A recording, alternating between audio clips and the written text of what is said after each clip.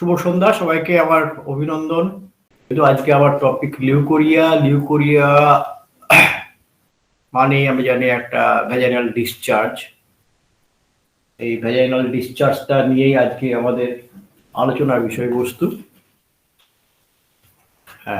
তো আজকে আমি এখানে টপিকের মধ্যে রেখেছি যে প্যাথোফিজিওলজি।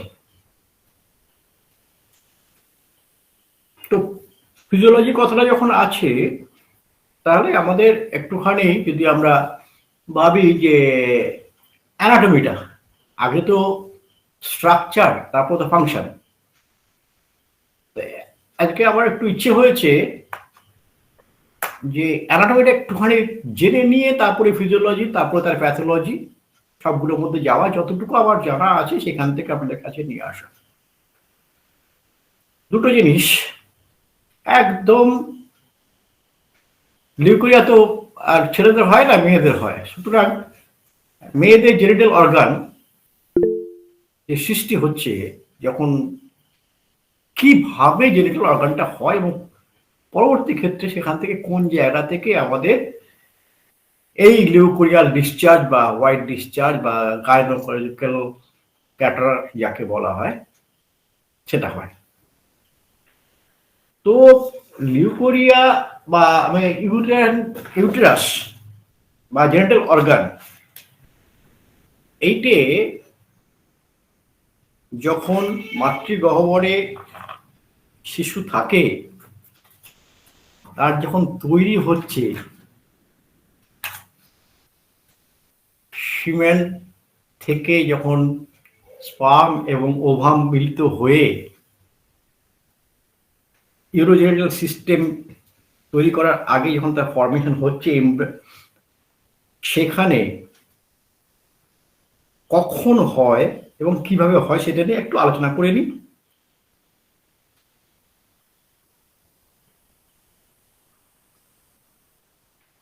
এই genital part, genital system, urogenital system, যেটাকে আমরা জেনিটাল ক্যানেল বলতে পারি, যেটা ডেভেলপ করে একটা এমব্রায়োনাল গ্ল্যান্ড থেকে, যেটাকে আমরা বলি Mullerian duct.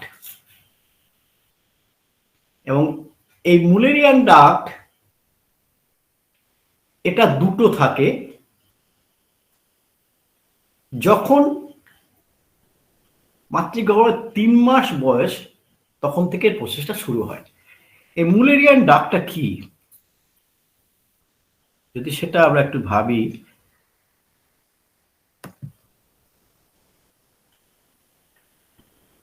Mullerian ডাক্টটা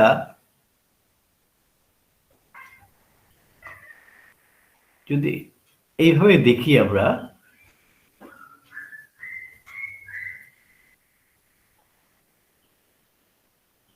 embryonic gland থেকে তৈরি হচ্ছে, এমব্রায়োনিক গ্ল্যান্ড থেকে তৈরি হচ্ছে। এই হচ্ছে দুটো ডাক্ট, এটাকে বলা হয় মুলেরিয়ান ডাক্ট। 3 মাস বয়সে দুটো তৈরি হচ্ছে এবং এই দুটো একসঙ্গে মিলিত হয়ে ইউটেরাস ফর্ম করছে। মজার জিনিস, এই দুটো একসঙ্গে মিলিত হয়ে একটা ইউটেরাস ফর্ম করছে।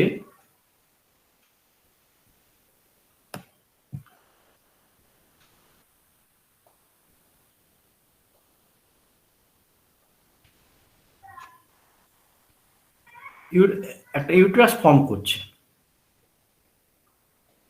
কি হয়, ধীরে ধীরে এটা ডেভেলপ করতে শুরু করে। দুটো কিন্তু আলাদা পার্ট, আমরা যেটাকে ইউটেরাস বলছি, দুটো কিন্তু আলাদা পার্ট। আস্তে আস্তে এ কিন্তু ডেভেলপ করছে, ডেভেলপ করে করে ধীরে ধীরে প্রতি মাসে মাসে সে বাড়তে বাড়তে এই স্ট্রাকচার আসছে।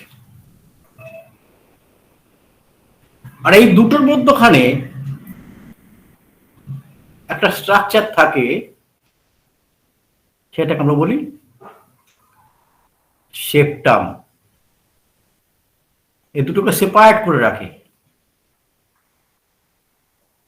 এবং যখন এ ধীরে ধীরে ডেভেলপ করতে থাকে, এই সেপ্টামটা কিন্তু আস্তে আস্তে ফিউজ হয়ে যায়। এই সেপ্টামটা আস্তে আস্তে ফিউজ হতে শুরু করে এবং নিচ থেকে উপরের দিকে ফিউজ হতে শুরু করে। আর পাশাপাশি কি হয়, পাশাপাশি এর স্ট্রাকচারটা কিন্তু চেঞ্জ হতে শুরু করে। এটা ফিউজ হয়ে হয়ে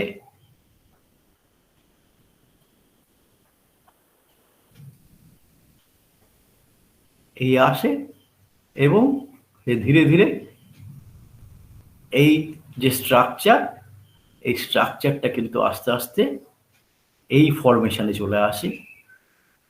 এই স্ট্রাকচারটা আস্তে আস্তে এই ফরমেশনে চলে আসে। আর এই যে সেপ্টাম, সে কিন্তু ধীরে ধীরে দুটো কারো ক্লোজে নিয়ে আসে, আস্তে আস্তে চলে যায়। আর এই যে মুলেনিয়াল ডাক্ট আছে, মুলেনিয়াল ডাক্ট কিন্তু সে দুজন ফিউজ হয়ে গিয়ে এক হয়ে যায় এবং এই ইউটেরাসের সৃষ্টি করে, ইউটেরাসের সৃষ্টি করে। তাহলে ইউটেরাস তো হলো আমাদের মূল জায়গা। তো আজকে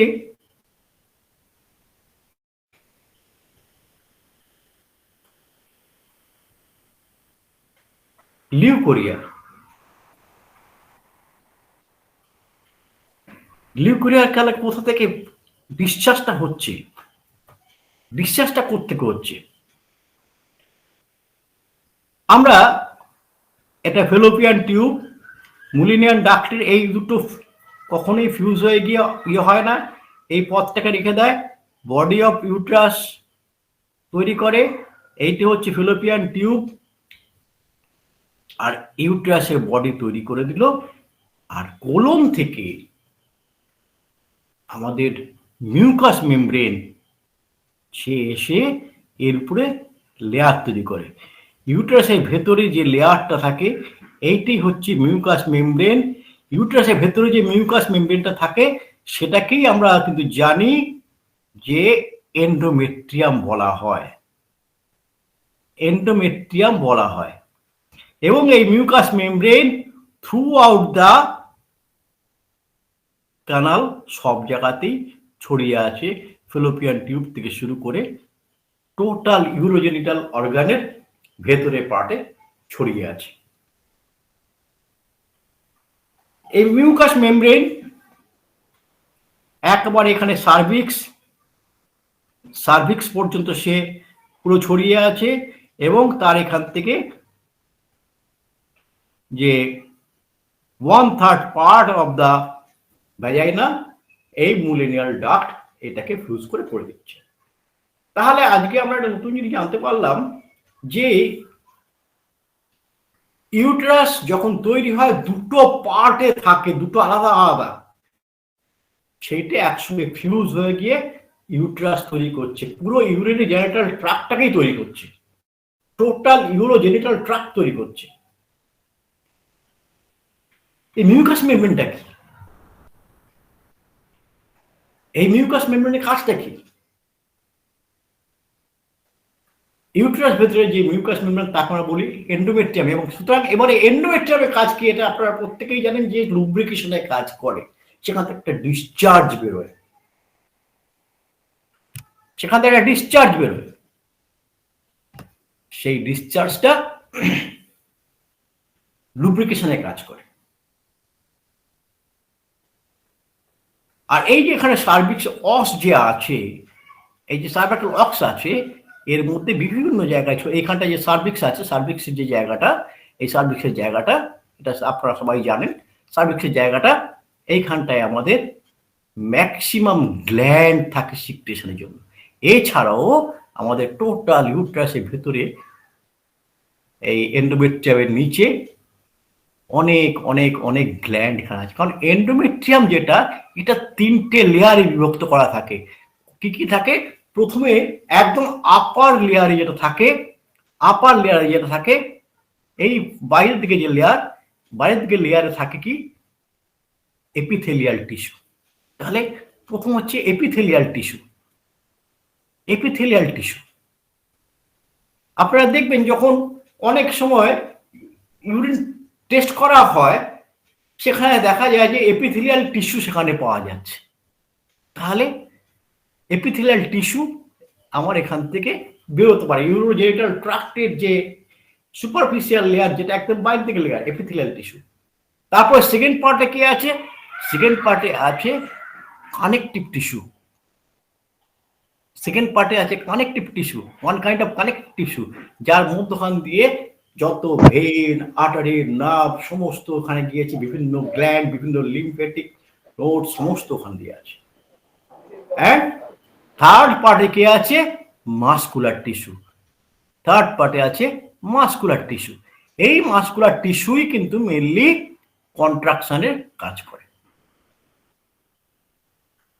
তাহলে আমরা আজকে একটা জিনিস জানলাম যে কন্ট্রাকশন রিল্যাক্সেশনের কাজটা করে কিন্তু মাসকুলার টিস্যু। কারণ সরি,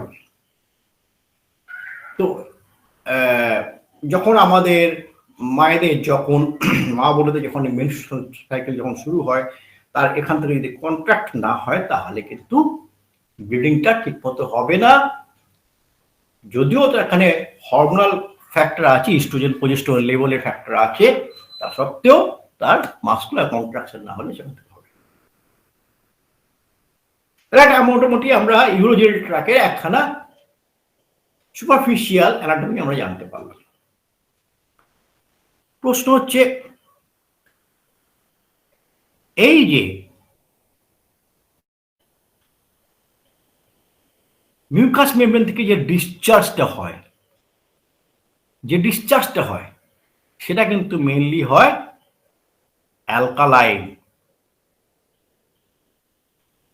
অ্যালকালাইন ডিসচার্জ হয়। যে ফ্লুইডটা ডিসচার্জ হয় সেটা অ্যালকালি থাকে। আর যখন বাইরে চলে আসে এইখানটায়, যখন ভ্যাজাইনার কাছে, যখন ভ্যাজাইনাতে যে ডিসচার্জটা থাকে, দ্যাট ইজ দ্য অ্যাসিডিক।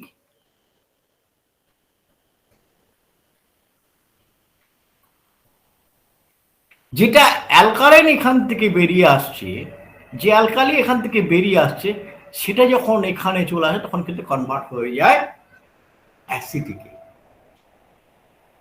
তো দুটো ক্যারেক্টার দুরকম। তাহলে কেন অ্যাসিডিক? কেন অ্যাসিডিক? ওখানে যে সিক্রিশন থাকে সেটা কিন্তু আমাদের শরীরে ক্ষতির জন্য নয়, শরীরের উপকারের জন্য, মায়েদের শরীরের উপকারের জন্য। ফিমেল অর্গানে ওই অ্যাসিডিক হওয়ার কারণটা কিন্তু উপকারের জন্য। কি উপকার হয়? বাইরের কোনো ব্যাকটেরিয়া যদি আসে তাহলে তাকে সে মারতে পারে। তাহলে এবারে একটা জিনিস আমরা, হোয়াট ইজ লিউকোরিয়া, যদি এই কথাটা বলি, সাদা মনে আমরা বলতে পারি যে এমন একটা সিমটম আমরা দেখবো যেখান থেকে, ভ্যাজাইনা থেকে একটা দুধের মতো মিল্কি একটা ডিসচার্জ, হোয়াইট ডিসচার্জ ভ্যাজাইনা থেকে বেরিয়ে আসছে, সেটাকে আমরা লিউকোরিয়া বলছি। বাট এটাকে যদি আমরা বলি লিউকোরিয়া, এটা কিন্তু একদম ডাক্তারি ভাষায় সেটা কিন্তু সবসময় ঠিক হয়ে যাবে না। এটাকে আমরা বলবো গাইনোকোলজিক্যাল ক্যাটার। যেমন নাক দিয়ে আমাদের সর্দি বেরোয়, ক্যাটারাল ডিসচার্জ। রেসপিরেটরি ট্র্যাক থেকে যখন বেরোচ্ছে তখন সেটা ক্যাটারাল নেজাল ডিসচার্জ হচ্ছে। এমনি গাইনোকোলজিক্যাল সাইট থেকে যখন বেরোচ্ছে, ইউরোজেনিটাল ট্র্যাক থেকে যখন বেরোচ্ছে, তখন সেটা হচ্ছে গাইনোকোলজিক্যাল ক্যাটার। এই গাইনোকোলজিক্যাল ক্যাটার এটা সবসময় হতে পারে, তার ফিজিওলজিক্যাল কিছু কজ থাকে, তার জন্য হতে পারে, নর্মাল জিনিস হতে পারে। তাহলে সমস্ত ডিসচার্জই লিউকোরিয়া নয়, এটা কিন্তু বিং এ ডক্টর আমাদের মাথায় রাখতে হবে। কিছু গাইনোকোলজিক্যাল ক্যাটার আছে যেগুলো ফিজিওলজিক্যাল, আর যখন প্যাথোলজিক্যাল ডিসচার্জ বেরোচ্ছে তখন সেটাকে আমরা লিউকোরিয়া বলতে পারি। কারণ ফিজিওলজিক্যাল ডিসচার্জ অটোমেটিক্যালি ঠিক হয়ে যাবে। ফিজিওলজিক্যাল ডিসচার্জ মেডিসিন না দিলে ভালো হয়ে যাবে। দ্যাট মিনস গাইনোকোলজিক্যাল ডিসচার্জ যেগুলো বেরোচ্ছে, ক্যাটার যেটা বেরোচ্ছে, ফিজিওলজিক্যালি যদি হয়ে থাকে সেটা কিন্তু নর্মালি হবে, ওষুধ খাওয়াতে হবে না, ভালো হয়ে যাবে। বাট এক্সটার্নাল কোনো ব্যাকটেরিয়া যদি তাকে ইনফেক্ট করে, তখন সেটা প্যাথোলজিক্যালি চলে আসছে, প্যাথোলজি গ্রো করছে। তা আমার ইউট্রাসের মুখে এখানে, তাহলে আমি তো বললাম এখন এখানটা আমার অ্যাসিডিক সমস্ত সিক্রেশন গুলো আছে, বাইরে থেকে যদি আমার কোনো ব্যাকটেরিয়া ঢোকে তাহলে কেন সে ওটাকে প্রোটেক্ট করতে পারছে না? কেন সে প্রোটেক্ট করতে পারছে না? ধরা যাক তার এখানে বাইরে থেকে বিভিন্ন ব্যাকটেরিয়া অ্যাটাক করেছে। যদি এই ব্যাকটেরিয়াগুলো আমার এখানে যে অ্যাসিডিক সিক্রেশন যেটা আছে, সেই অ্যাসিড যদি ব্যাকটেরিয়াকে পরাস্ত করতে না পারে, মারতে না পারে, দেন এই ব্যাকটেরিয়া ইনসার্ট করে যাবে ইউট্রাসের ভিতরে। ইউট্রাসের ভিতরে যখনই যাবে, সে ফার্স্ট অ্যাটাক করবে এন্ডোমেট্রিয়ামের উপরে, এপিথেলিয়াল টিস্যুতে। এপিথেলিয়াল টিস্যুকে তখন সে ইনফেক্ট করবে, এবং সেখান থেকে যে ডিসচার্জটা বেরোবে, that discharge is separate. Yellowish হতে পারে, একটু গ্রিনিশ হতে পারে, ঠিক হতে পারে। এখানে সে ইরোশন তৈরি করতে পারে ব্যাকটেরিয়া গিয়ে, একটু এন্ডোমেট্রিয়াম সোয়েলিং করতে পারে। এই সার্ভিক্স এরিয়াতে সে সোয়েলিং করতে পারে, ইনফ্লামেট করতে পারে, তখন সার্ভিসাইটিস বলছি। ভ্যাজাইনাতে সে ইনফ্লামেশন তৈরি করতে হয়, ভ্যাজাইনাইটিস বলছি। তাহলে যখন কোনো প্যাথোজেন গিয়ে মিউকাস মেমব্রেন থেকে ডিসচার্জ বের করবে, that is the clinically leucorrhoea. Normally যেটা ডিসচার্জটা হচ্ছে প্যাথোলজিক্যালি, আপনার এক্সাইটেড হয়ে গেল, সেক্সুয়ালি এক্সাইটেড হয়ে গেল, তাকে ডিসচার্জ ক্রিয়েট করবে, that is not leucorrhoea, that is gynaecological cater. তো আমরা যেটা একটা সাধারণ কথাই বললাম যে ভ্যাজাইনা থেকে যে সমস্ত হোয়াইট কালারের ডিসচার্জ বেরোবে সবই লিউকোরিয়া, ঠিক ততটা নয়। Any kinds of discharge from vagina is not true leucorrhoea. আমরা হোয়াইট ডিসচার্জ বলতে পারি, এটাকে গাইনোকোলজিক্যাল ক্যাটার বলতে পারি। আই থিঙ্ক যে আমি কিছুটা হলেও দুটোর মধ্যে ডিফারেন্সটাকে বোঝাতে পেরেছি। তা এই যে ডিসচার্জ গুলো হয়, তাহলে আমরা প্রথমেই দেখলাম কিছু ব্যাকটেরিয়া বা প্যাথোজেনিক কক্কাই আমার এখানে ইউট্রাসের ভ্যাজাইনার মুখে সে ওখানে বসবাস করছিল, কিন্তু যখন এক্সটার্নাল কোনো কক্কাই, সে গণকক্কাই হতে পারে, সে স্ট্যাফাইলোকক্কাই হতে পারে, সে স্ট্রেপ্টোকক্কাই হতে পারে, বিভিন্ন ধরনের ব্যাচেলার সে আক্রমণ করতে পারে ভ্যাজাইনাতে, এবং তখন কি করে আমার যে ওখানে বডি প্রোটেকশন দেওয়ার জন্য যে কক্কাইগুলো ছিল সেগুলোকে সে পরাস্ত করে ঢুকে যেতে পারে।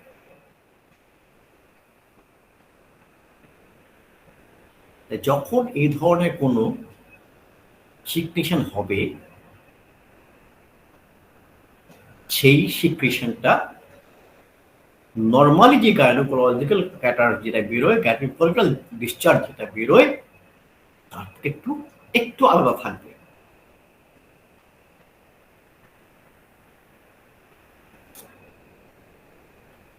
তাহলে এবারে আমরা আসি, আমি যে এখানে বললাম যে পজিশনের মধ্যখানে ফিজিওলজিক্যাল কজ কিছু থাকে, কিছু গাইনোকোলজিক্যাল কজ থাকে। তাহলে কজিশন যদি ফিজিওলজিক্যাল অ্যান্ড গাইনোকোলজিক্যাল হয়ে থাকে,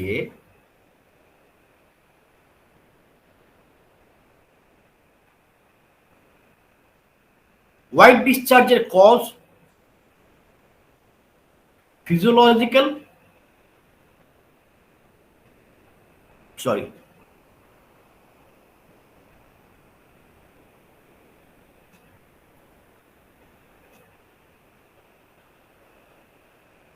physiological and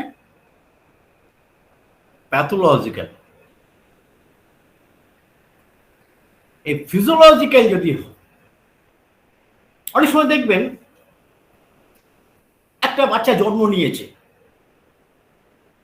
জন্ম নেওয়ার পরেই সেই বাচ্চাটার ভ্যাজাইনা থেকে একটা ডিসচার্জ বেরোচ্ছে, হোয়াইট একটা ডিসচার্জ বেরোচ্ছে।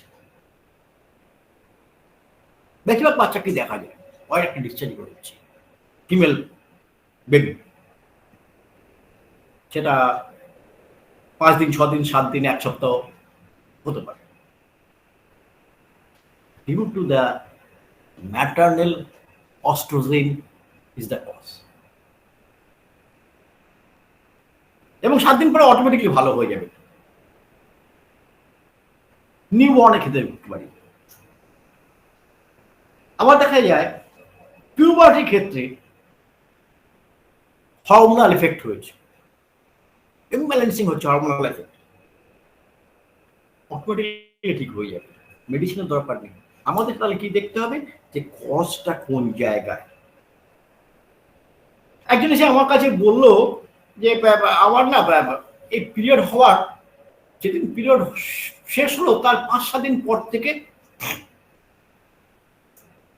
একটা হোয়াইট ডিসচার্জ হচ্ছে, প্রায় প্রতি মাসেই আমার এরকম হচ্ছে, তাকেও কিছু মেডিসিন দিই।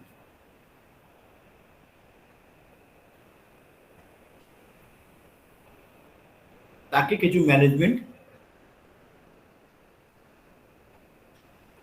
তাকে কিছু ফাইটাম দিয়ে ছেড়ে দেবো। কেন? আমি ক্যালকুলেট করে দেখলাম যে তার ওভুলেশন পিরিয়ড এটা হচ্ছে। পিরিয়ড শুরু হয়েছে কবে? 1 তারিখে। পিরিয়ড শেষ হয়েছে কবে? 5 তারিখে। কদিন পরে পিরিয়ড আপনার ডিসচার্জটা দেখা যাচ্ছে? ওই কোনো মাসে 5 দিন, কোনো মাসে 6 দিন বা 7 দিন, এরকম সময় দেখা যাচ্ছে 2-3 দিন ধরে আমার এই ডিসচার্জটা চলছে, তারপরে আস্তে আস্তে কমে যাচ্ছে। আপনি ক্যালকুলেট করে দেখলেন যে তার ওভুলেশন পিরিয়ডে তার পিরিয়ড সাইকেল কিন্তু একদম নর্মাল আছে, 28 দিন থেকে 30 দিনের মধ্যে তার সাইকেল চলছে। তার ডিউরিং ওভুলেশন তার এই ডিসচার্জ হচ্ছে। তাই কিছু ম্যানেজমেন্ট দিন, তাকে কিছু কাউন্সেলিং করুন, দেখবেন তার আইটেম দিয়ে তার ভালো হয়ে যাবে, no medicine required. Because it's the physiological. যখন তার ওভুলেশন হবে তখন একটা ডিসচার্জ হবে, তাকে বোঝাতে হবে যে ইট ইজ নর্মাল, এটার জন্য কোনো মেডিসিনের দরকার হয় না। প্রেগন্যান্সির প্রথম 3 মাস তার হোয়াইট ডিসচার্জ বেরোতে পারে, it is normal, it is physiological. 3 মাস পর থেকে সে অটোমেটিক ভালো হয়ে যাবে। তাকে বোঝার, তাকে চিট করার দরকার নেই, তাকে ট্রিটমেন্ট করার দরকার নেই। আপনার কাছে এসছে, আপনি আপনার কনসালটেশন নিন, তাকে বোঝান, বুঝিয়ে তাকে ফাইটাম দিন, দিয়ে বলুন আপনার এটা নর্মাল জিনিস, আপনার আদার্স যদি কোনো প্রবলেম থাকে সেটা দেখবো। আমি প্রথমে বলেছিলাম আর একটা ফিজিওলজিক্যাল কল সেক্সুয়াল এক্সাইটমেন্ট।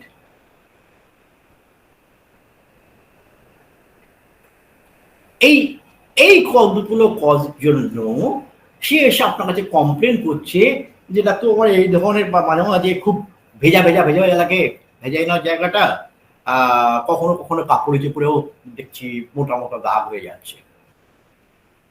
আপনি সঙ্গে দেখলেন যে কোন বয়সে হচ্ছে, তার ম্যারিটাল স্ট্যাটাস কি, তার বডি ডেভেলপমেন্ট কি, তার সঙ্গে কথাবার্তা বললে তার কাছ থেকে আপনি বের করার চেষ্টা করুন। কোন সময় হয় বেশি? সকালবেলায় ঘুম থেকে উঠলে হয় না, কখন হয়? এই সন্ধ্যের দিকে হয়, রাতের দিকে হয়, আমি যখন কলেজ থেকে ফিরি তখন হয়। তার সঙ্গে রিলেশনশিপ গড়ুন, জিজ্ঞেস করুন তোমার বয়ফ্রেন্ড আছে? আমি আপনাদের একটা আমার অভিজ্ঞতা শেয়ার করছি। আমার একটা পেশেন্ট, যে পেশেন্টটি জ্যাঠামশাই আমার বন্ধু। মেয়েটির বয়স 12 থেকে 13 বছর, এই 22-23 বছর, কলেজে পড়ে। ওর সঙ্গে আমি ধীরে ধীরে ধীরে ধীরে ওর সঙ্গে কথা বলতে বলতে ওর সমস্ত কিছু জেনে নেওয়ার পরে আমার সঙ্গে অনেকটা ফ্রি করে নিয়েছি। ও বলছে ইরেগুলার মেনস্ট্রুয়েশন, এই আমার 11 থেকে পিরিয়ড হয়ে গেল, আবার দেখুন না আঙ্কেল আবার পরশুদিন থেকে শুরু হয়েছে। এর মধ্যে তুমি মাস্টারবেট কবে করেছে? না আঙ্কেল করি, মাসখানিক আগে, মাস 15 আগে, 1.5 মাস আগে। না করি। ঠিক করে বল তোর মনে আছে কিনা দেখ। আঙ্কেল তোমাকে তো আমি সব কথাই বলেছি, তোমাকে সত্যি কথা বলবো, আমি বল কি হয়েছে? কালকে আমি মাস্টারবেট করেছি। Because of the excitement. তার ব্লিডিং হয়েছে, তার মাস্টারবেট করার পরের দিন সে দেখতে পাচ্ছে একটু একটু করে ব্লিডিং হয়েছে। No medicine required. তেমনি সে মাস্টারবেট না করলো না, কিন্তু সে যদি এক্সাইটেড হয় তার ওখান থেকে একটা গাইনোকোলজিক্যাল ডিসচার্জটা বেরোবে, ভ্যাজাইনাল ডিসচার্জ একটা বেরোবে। That is not true leucorrhoea. তাহলে আল্লাহ কি আছে? প্যাথোলজিক্যাল। প্যাথোলজিক্যালের মধ্যে দুটো কজ, দুটো আবার ভাগে আমি ভাগ করা যায়। কিভাবে? দুটোর মধ্যে যদি আমরা দেখি, একটা হচ্ছে জেনারেল হেলথ। জেনারেল হেলথ ভীষণভাবে নজর দিতে হবে আমাদেরকে। আরেকটা হচ্ছে জেনিটাল কজ। জেনিটাল কজ প্রথম হচ্ছে জেনারেল হেলথের। তাহলে আমাদেরকে কি করতে হবে? একটা ভালো করে কেস চেকিং করতে হবে। আমি তার কাছে প্রথম যখন শুনলাম, তার শোনার পরে তার একটা কেস চেকিং করতে হবে। যখন কেস চেকিং করবো তখন তার কাছে জানতে হবে।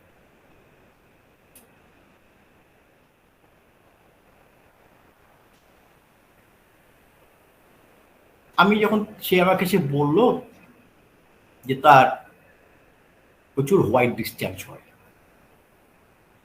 আমি তার চেহারার দিকে তাকালাম। চেহারাটা কেমন? রোগা না মোটা? সে রোগাও হতে পারে, সে মোটাও হতে পারে। মোটা হলে যে তার ইল হেলথ হবে না, মোটা হলে যে সে এনিমিক হবে না, এটা কোনো কারণ নয়। তাহলে আমাকে তার প্রথম, আমার সবার আগে যখন তার কেস চেকিং করবো, তাকে দেখে আমি এই সিমটমটা, এই সাইনটা বা বলুন এই সিমটমটা নেব, তার ফিজিক্যাল স্ট্রাকচারটা কেমন, রোগা না মোটা না মাঝারি, তার কনজাংটিভার নিচে দেখবো তার এনিমিক কন্ডিশন আছে কিনা।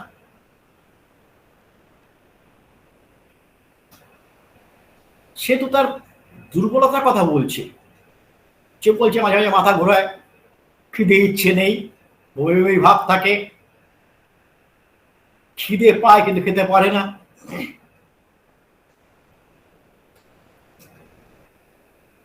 তার পালসটা দেখলেন অনেক ফাস্ট, তার প্রেশারটা দেখলেন তার একটু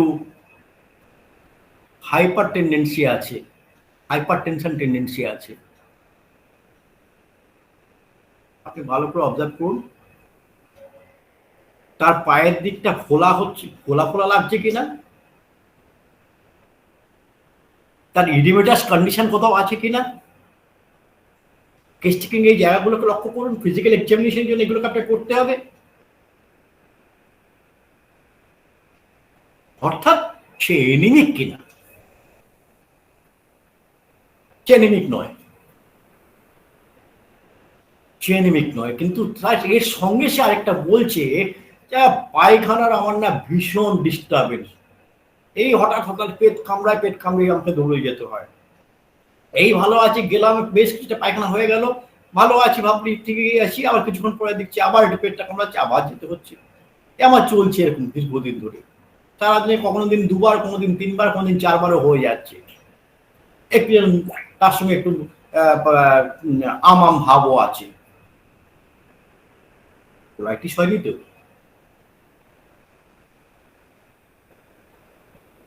যদি কোলাইটিস হয়ে থাকে, যদি অ্যানিমিক কন্ডিশন হয়ে থাকে, তাহলে তার লিউকোরিয়া হওয়ার সম্ভাবনা খুব বেশি, মিউকাস ডিসচার্জ হবে। তাহলে আমাদের কি করতে হবে? কোলাইটিস ঠিক করলে মিউকাস ডিসচার্জ কমে যাবে, আমাকে অ্যানিমিয়া ঠিক করলে তার ভেজাল ডিসচার্জ কমে যাবে, অর্থাৎ হোয়াইট ডিসচার্জ তার কমে যাবে। তাই যখন কেস চেকিং করবো, আমাকে কিন্তু নজরটা রাখতে হবে পেশেন্ট অ্যানিমিক নয় তো, পেশেন্টের কোলাইটিস হয়নি তো। তাহলে প্রয়োজন মধ্যে আমাকে তার ব্লাড রিপোর্ট নিতে হবে। এবারে দেখলাম তার হিমোগ্লোবিন দেখলাম একটু কম, নর্মালি আমাদের যা রেট থাকে সেই রেট কারো পাওয়া যায় না আমাদের এই ভারতবর্ষ বা বাংলাদেশে এরকম কান্ট্রিতে। আমাদের মহিলাদের নর্মালি যেটা থাকে 11 থেকে 18 পর্যন্ত বা 12 থেকে 18 পর্যন্ত, 12.5 থেকে 18 পর্যন্ত পাওয়া যায় না, 11, 10, 10.5, 9.8, ঠিক আছে, এনিমিক নয়।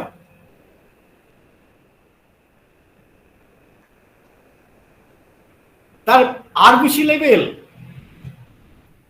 4 মিলিয়ন, এনিমিক নয়।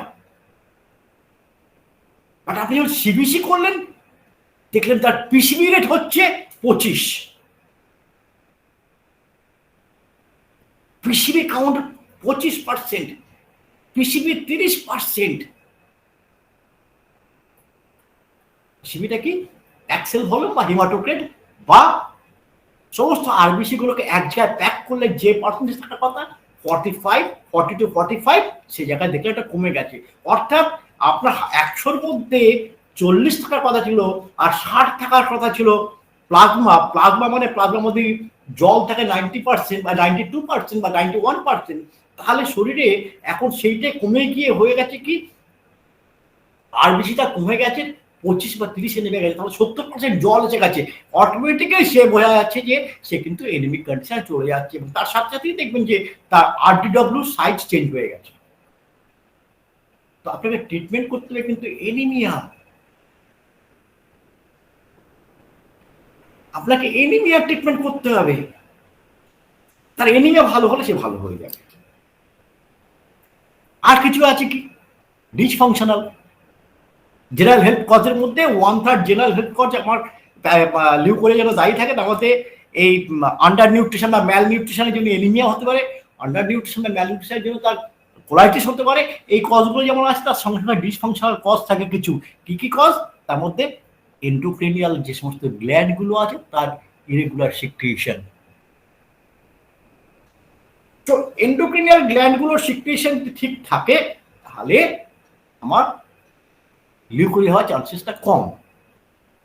ক্যাটারাল ডিসচার্জ এটা আলাদা কোশ্চেন, বাট পায়োজেনিক ডিসচার্জ যেটা হবে সেটা নাও হতে পারে। ম্যারিটাল ডিসহারমোনি, স্বামী স্ত্রীর সঙ্গে কখনোই তার সংসার জীবনে খুব একটা শান্তি থাকে না। যদি সংসার জীবনে যদি আপনার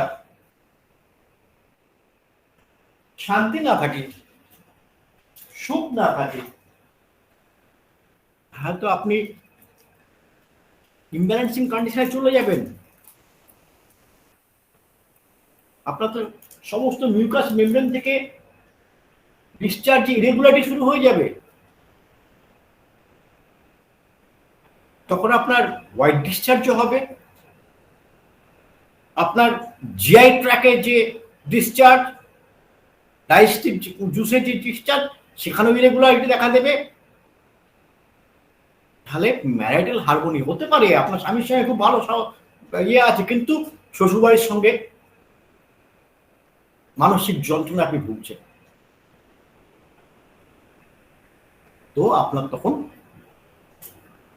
মিউকাস মেমব্রেনের ডিসচার্জ গুলো বেড়ে যেতে পারে।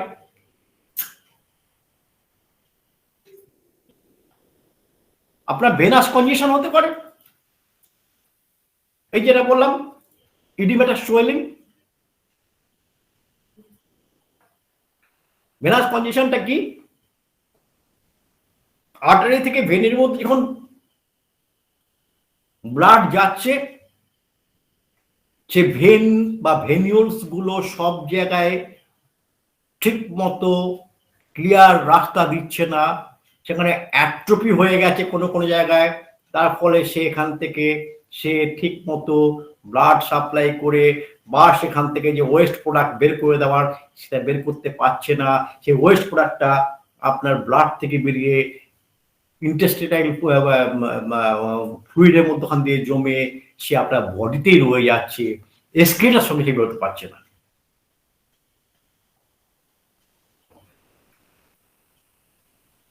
তাহলে ভেনাস কনজেশন হতে পারে ম্যারাইটাল ডিসহারমোনির জন্য।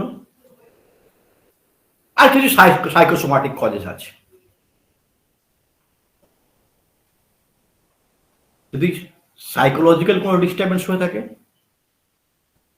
This all are the general health. But main যে কজগুলো থাকে, genital causes, entire genital tract, vagina থেকে শুরু করে একেবারে আপনার ওভারি, ইউরেথ্রা, অল, সব জায়গা থেকে। তার কি কি হতে পারে? প্রথমেই বললাম যে ছবিতে দেখিয়েছিলাম ভ্যাজাইনাইটিস, ভ্যাজাইনার মধ্যে যদি ইনফ্লামেশন হয়ে থাকে, ব্যাকটেরিয়াল ইনফেকশন হয়ে থাকে, সেখান থেকে হতে পারে। যদি কোনো ঘা হয়ে থাকে, ভালভাতে যদি কোনো ঘা হয়ে থাকে তার জন্য হতে পারে। ভালভাতে কোনো যদি গ্রোথ হয়ে থাকে তা হতে পারে। প্র্যাকটিক্যালি কিছুদিন আগে আমার চেম্বারে আমি এরকম একটা পেশেন্ট পেয়ে গেছিলাম, তার ভালভার মধ্যে বিশাল একখানা গ্রোথ, তার হোয়াইট ডিসিজ সেই কারণে হতে পারে। তার সার্ভিক্সের যেখানে দেখালাম একটু আগেই, তার সার্ভিক্সে,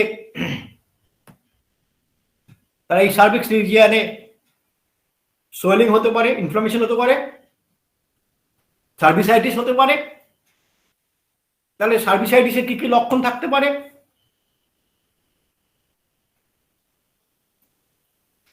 তারা যখন স্বামী স্ত্রী মিলন হয়, ডিসফাংশন হতে পারে, তার জেন্টাল প্রলাপস হতে পারে,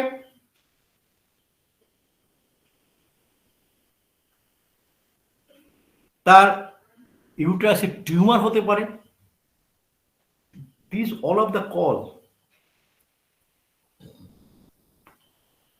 জেনিটাল অর্গানের কজ। সেই ভদ্রমহিলা আপনি কেস হিস্ট্রি যখন নিচ্ছেন, আপনি একটা জিনিস জিজ্ঞেস করতে দেখছেন যে কোনো কিছুই তার মিলছে না, আপনি জিজ্ঞেস করতে ভুলে গেছেন সে কোন রকম কন্ট্রাসেপটিভ পিল ইউজ করে কিনা। আপনার কেস সাকসেস হবে না, আমার কেস সাকসেস হবে না। আমি যদি তোকে জিজ্ঞেস করতে ভুলে যাই সে কন্ট্রাসেপটিভ পিল ইউজ করে না, কিন্তু সে ইন্ট্রা ইউট্রাইন ডিভাইস ইউজ করে, 4টে ছেলের মা, 5টা ছেলের মা, বা তার 2টো বাচ্চার মা, কিন্তু 5টা সে অ্যাবর্শন করেছে, প্রলাপস অফ ইউট্রাস হয়ে গিয়েছিল, কিন্তু সে আপনাকে বলেনি সে রিং প্রেসার ইউজ করে। ইন্ট্রাইউট্রাইন ডিভাইস সেখানে সে ইনসার্ট করে রেখেছে, ওই প্রেসারই ইউজ করার জন্য তার পাশে যে সমস্ত এপিথেলিয়াল টিস্যুগুলো আছে সেখানে ইরোশন হয়েছে। তা সার্ভাইকাল ইরোশন একটা ওয়ান অফ দ্য কজ। তার যদি কার্সিনোমা হয়ে থাকে সেটা একটা কজ। তা কার্সিনোমা হলে তার হোয়াইট ডিসচার্জ দেখা দেবে। কার্সিনোমা হলে তার প্রফিউজ লিউকেরিয়া হতে পারে। কিন্তু দেখা গেল একজন ভদ্রমহিলা 55 বছর বয়স, সে বলছে তার হিস্ট্রিতে হঠাৎ সে গত 3-4 দিন ধরে দেখছে তার কিন্তু হোয়াইট ডিসচার্জ হয়েছে। 3-4 দিন ধরে সে দেখছে তার হোয়াইট ডিসচার্জ হচ্ছে, সে কিন্তু খুব চিন্তায় পড়ে গেছে, কারণ তার 45 বছর বয়সে তার পিরিয়ড বন্ধ হয়ে গেছে, তারপর থেকে তার কোনো প্রবলেম নেই, সে ভালোই ছিল। হঠাৎ কয়েকদিন ধরে সে দেখছে তার একটু হোয়াইট ডিসচার্জ শুরু হয়েছে। হোয়াট টু ডু, কি করবো আমরা? প্রথমেই আমাদের মনে আসা উচিত যে ক্যান্সার কিছু নেই তো, সার্ভাইকাল কার্সিনোমা হয়নি তো। সিমটম দেখে এখানে আমাকে সিমটমটা দিয়ে দিল, তার হোয়াইট ডিসচার্জ হচ্ছে, তার লিউকোরিয়া হচ্ছে, 45 বছর বয়সে মাসিক তার বন্ধ হয়ে গেছে। কেস টেকিং করবো, হোয়াইট ডিসচার্জে কেস টেকিং করার সময় সে মেনোপজাল স্টেজে যদি সে আসে, তাহলে আমাকে জিজ্ঞেস করতে হবে সে কত বছর বয়সে তার মেনস্ট্রুয়েশন শুরু হয়েছিল, কত বছর বয়সে তার মেনস্ট্রুয়েশন শেষ হয়েছে, তার আগে হোয়াইট ডিসচার্জে তার প্রবলেম কি ছিল, তার ফিজিওলজিক্যাল কজগুলো ছিল, দ্যাট এটাকে বাদ দিয়ে দিন। তাহলে আপনাকে দুটো জিনিস মাথায় রাখতে হবে, একটা হচ্ছে প্যাথোলজিক্যাল কজ না ফিজিওলজিক্যাল কজ। ফিজিওলজিক্যাল কজ বাদ দিয়ে দিন, প্যাথোলজিক্যাল কজ আছে কিনা দেখুন। মানে দেখলেন যে আপনার একটা এইভাবে 55 বছর বয়সে গিয়ে তার হোয়াইট ডিসচার্জ হয়ে গেছে। আমাদের প্রথমে কিন্তু সার্ভাইকাল সাইটোলজি করতে হবে, প্যাপস্মিয়ার স্টেন নিয়ে তাকে টেস্ট করে দেখতে হবে সেখানে কোনো রকম ম্যালিগনেন্ট সেল গ্রো করেনি তো। তার জন্য আপনাকে রেফার করতেই হবে, ডাক্তার কাছে পাঠাতে হবে প্যাথোলজিক্যাল টেস্ট করার জন্য। নাহলে আপনি বুঝতে পারবেন না, ট্রিটমেন্ট করবেন, পেশেন্ট কিন্তু জীবন সংখ্যা হয়ে যেতে পারে কার্সিনোমা হয়ে গেলে। আমরা ওই treat the patient not the disease কথাটা যতই সত্যি যতই বলি না কেন, কিন্তু আমাদেরকে ডায়াগনস্টিক ভ্যালুটা বের করতে হবে। সিএ 125 আপনাকে করতে দিতে হবে, ব্লাড টেস্ট সিএ 125 করতে দিতে হবে, যে সেখানে তার কোনো রকম ক্যান্সার ম্যালিগনেন্সি কোনো গ্রোথ আছে কিনা।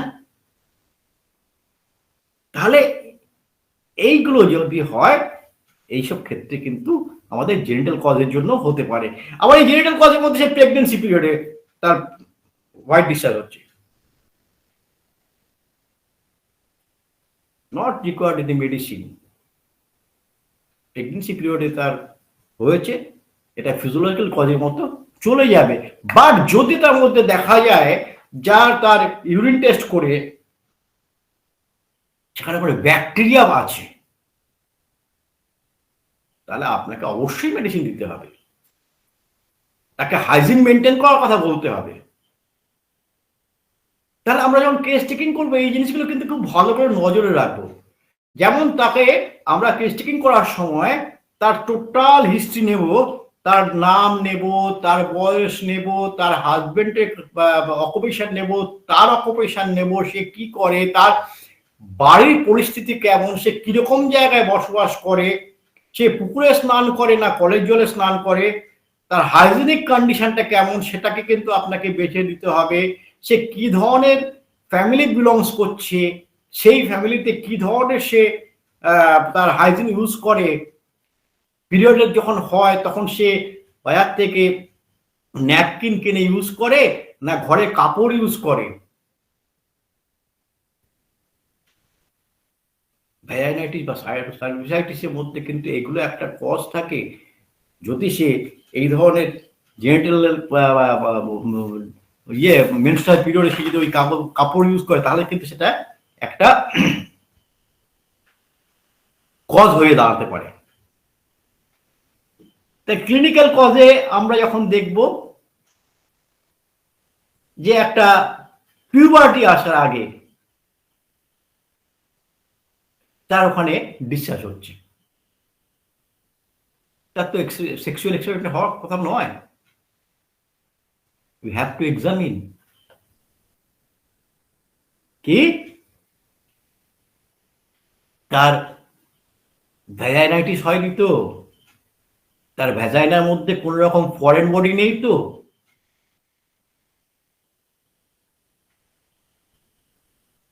পিউবার্টি এসে গেছে, আফটার পিউবার্টি, ভার্জিন লাইফ, আপনাকে ওই কজগুলোকে নিয়ে আবার সিরিয়ালি দেখতে হবে। তার এন্ডোক্রিন ডিসফাংশন আছে কিনা, তার কোলাইটিস আছে কিনা, তার এনিমিক আছে কিনা, অর্থাৎ তার হেলথের উপর আপনাকে অনেক কিছু নজর দিতে হবে। লিউকোরিয়ার জন্য শুধু লিউকোরিয়ার সিমটম দেখলাম, মেডিসিন দিয়ে দিলাম, দ্যাট ইজ আলাদা কোশ্চেন। কিন্তু তার আগে আপনাকে কিন্তু এই জেনারেলিটিসগুলো বের করতে হবে। তার এন্ডোক্রিন ফাংশনগুলো ঠিক আছে কিনা, তার ইউরিন ঠিকমতো ক্লিয়ার হয় কিনা, ইউরিন আটকে আটকে থাকে কিনা, ইউরিনে জ্বালা আছে কিনা, ফিজিক্যাল জেনারেল সিমটমগুলোকে ভালো করে আপনি যদি অবজার্ভ করেন সেখান থেকে এগুলো পেয়ে যাবো। আর যে কথাটা বললাম, আমার একটা কিসের অভিজ্ঞতা আপনাকে বললাম, তার মাস্টারবেশন হ্যাবিট আছে কিনা। কোনো মহিলা আপনাকে বলবে না যে তার মাস্টারবেশন হ্যাবিট আছে, রেয়ার, 1000 একজন বলবে। বাট আপনাকে কিন্তু সেই জায়গাটা বের করতে হবে, পেশেন্টের সঙ্গে সেই রকম রিলেশনশিপ তৈরি করতে হবে, সেই জায়গাটা আপনাকে তৈরি করতে হবে। আমি আমি এখান থেকে আপনাদের একটা অভিজ্ঞতা শেয়ার করছি। আমি ইন্ডিয়াতে বসে বাংলাদেশের একজন মহিলার আমি কেস হিস্ট্রি নিচ্ছি, তার এই বিভিন্ন মেন্টাল সাইড থেকে ফিজিক্যাল সাইড থেকে যখন নিচ্ছি, তার লাইফ হিস্ট্রিটা তাকে জিজ্ঞেস করতে শুরু করলাম। ভদ্রমহিলা 3 ছেলের মা, তার 3 সন্তানের মধ্যে 2 সন্তানের বিয়ে হয়ে গেছে, 1 সন্তান সৌদিতে চাকরি করে। তার যখন জীবনীটা যখন আমি বললাম, আপনার জীবনটা শুরু করে, আমি দেখছি তার যে কষ্টগুলো বলছে আমার ঠিক ম্যাচ করছে না, কেন এই জায়গাটা হতে পারে। এবার তার জীবনটাকে যখন শুনতে শুরু করলাম, তিনি, তার মা ছোটবেলায় মারা গেছে, তার বাবা আবার বিয়ে করেছেন, সেই মা তার উপর অত্যাচার করত, খেতে দিত না, মারধর করতো, জামা কাপড় পরতে দিত না। সে তার এক পিসির বাড়িতে গিয়ে থাকে, সেখান থেকে তাকে বড় করে। এক সময় তার বাবা তাকে জোর করে বিয়ে দিয়ে দিয়েছে, যার সঙ্গে বিয়ে দিয়েছে, বিয়ের প্রথম রাতে যখন তার 12 বছর বয়স, তাকে বিয়ে 12 না 13 বছর বয়সে তাকে বিয়ে দিয়ে দিয়েছে, যখন তার কিন্তু সেক্সুয়াল ব্যাপার তার মধ্যে নেই, যার সঙ্গে সে, তার মধ্যে কোনো জ্ঞান আসেনি, সেই সময় তার হাজবেন্ডের সঙ্গে তার সঙ্গে সহবাস করেছে। তাহলে তার মানসিক কন্ডিশনে বিপরীত তার শুরু হয়ে গেছে। ছোটবেলা থেকেই তার কিন্তু তার মেন্টাল প্রেশার চলছে, সামাজিক প্রেশার চলছে, ম্যাল নিউট্রিশন চলছে, এনিমিয়া চলছে, তার সঙ্গে তার এই জিনিস। হাজবেন্ড তাকে মারধর করে, হাজবেন্ড বা শ্বশুরবাড়ির লোক তার উপরে মারধর করে, তার উপরে টর্চার করে, এবং একটা জন্ম দেওয়ার মেশিনের মতো তাকে ইউজ করে তার হাজবেন্ড।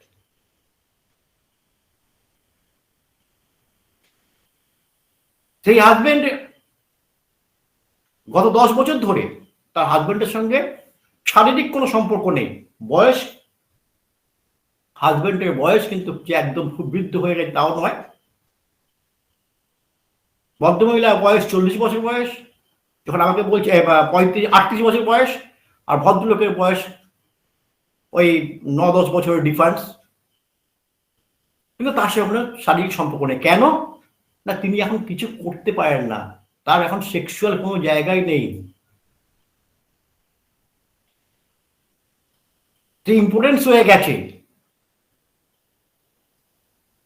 দ্যাট মিনস, এবার আপনি ভালো করে আরো যখন খোঁজ নিয়ে দেখছি, তার রেকারেন্ট ইউট্রাইন ট্রাক ইনফেকশনের ব্যাপার পাওয়া যাচ্ছে। ভদ্রমহিলা তো সেক্স নষ্ট হয়নি, সাপ্রেসড হয়েছিল, এখন তার সেক্স আছে। যখন তার সঙ্গে কথা বলছি, তাকে আমি একবারও জিজ্ঞেস করিনি আপনি মাস্টারবেট করেন কিনা। আমি তাকে জিজ্ঞেস করছি, আপনার কি পেচ্ছাপের জায়গায় চুলকায়, উত্তেজনা কখনো আসে? আমার কাছে সে কিন্তু কনফেস করেছে। আমি আপনার কোনো চিন্তা নেই, আমি তো ইন্ডিয়াতে, আপনি তো বাংলাদেশে, আমি তো আপনার ব্যাপারে কাউকে কিছু বলতে, আপনি আমার সঙ্গে শেয়ার করুন। তাকে আলাদাভাবে তাকে ডেকে জিজ্ঞেস করছি, আপনার পাশে কাউকে রাখবেন না, আমার সঙ্গে কথা বলুন। এবং সে তখন স্বীকার করছে, হ্যাঁ, তার মাঝে মাঝে ওখান থেকে ডিসচার্জ হয়, এবং যখন সে খুব করে চুলকায় তখন তার এখান থেকে ডিসচার্জ হয়। তাহলে এখান থেকে আপনাকে বুঝতে হবে যে সে মাঝে মাঝে মাস্টারবেট করে। This is the case taking.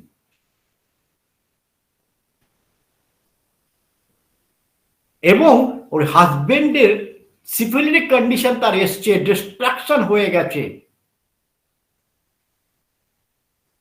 কারণ সে তার উপরে সমস্ত কিছু তার কাছ থেকে তার যা চাহিদা সেটা পূর্ণতা করতে পারেনি বলে সে কিন্তু বাইরেও তার বাবা মানে তার শ্বশুরমশাই দুটো বিয়ে করেছে এবং বিয়ে করে তার এক শাশুড়িকে এখানে রেখেছে, তিনি আরেকজনের কাছে থাকে, তার ছেলে এক ভাই দুটো বিয়ে করে সে দুজনের সঙ্গে দু জায়গায় থাকে।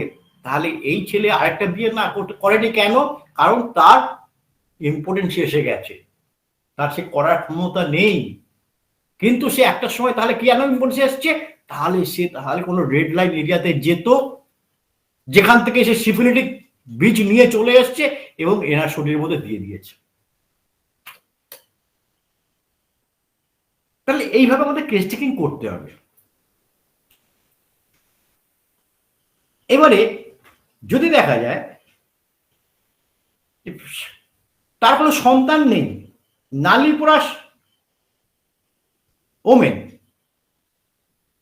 বিবাহিত জীবনে তাদের কোনো সন্তান নেই, তার ক্ষেত্রে কিন্তু আপনাকে এই একই জিনিস, তার ভ্যাজাইনাইটিস, তার ভ্যাজাইনাল স্মিয়ার নিয়ে যদি আপনি টেস্ট করেন, যদি ইউরিন কালচার করেন, সেখানে দেখবেন আপনার গণকক্কাল ভ্যাজাইনাইটিস হতে পারে, ক্ল্যামাইডিয়াল ভ্যাজাইনাইটিস হতে পারে, এই সমস্ত ব্যাকটেরিয়া গুলো মোনেলিয়াল ব্যাকটেরিয়া পেতে পারেন, ট্রাইকোমোনাস ব্যাকটেরিয়া আপনি পেতে পারেন, বা অন্য কোনো প্যাথোজেন সেখানে পেতে পারেন। দেখা গেল যে তার আপনি নিজে যদি এক্সামিন করতে পারেন খুব ভালো, আর না হলে আপনি যদি কোনো ইউটেরাস আপনি যদি পেলভিক কোনো ইউএসজি করেন, সেখান থেকে আপনি বার্থোলিয়ান গ্ল্যান্ড সোয়েলিং পাবেন, অর্থাৎ বার্থোলিনাইটিস পেতে পারেন।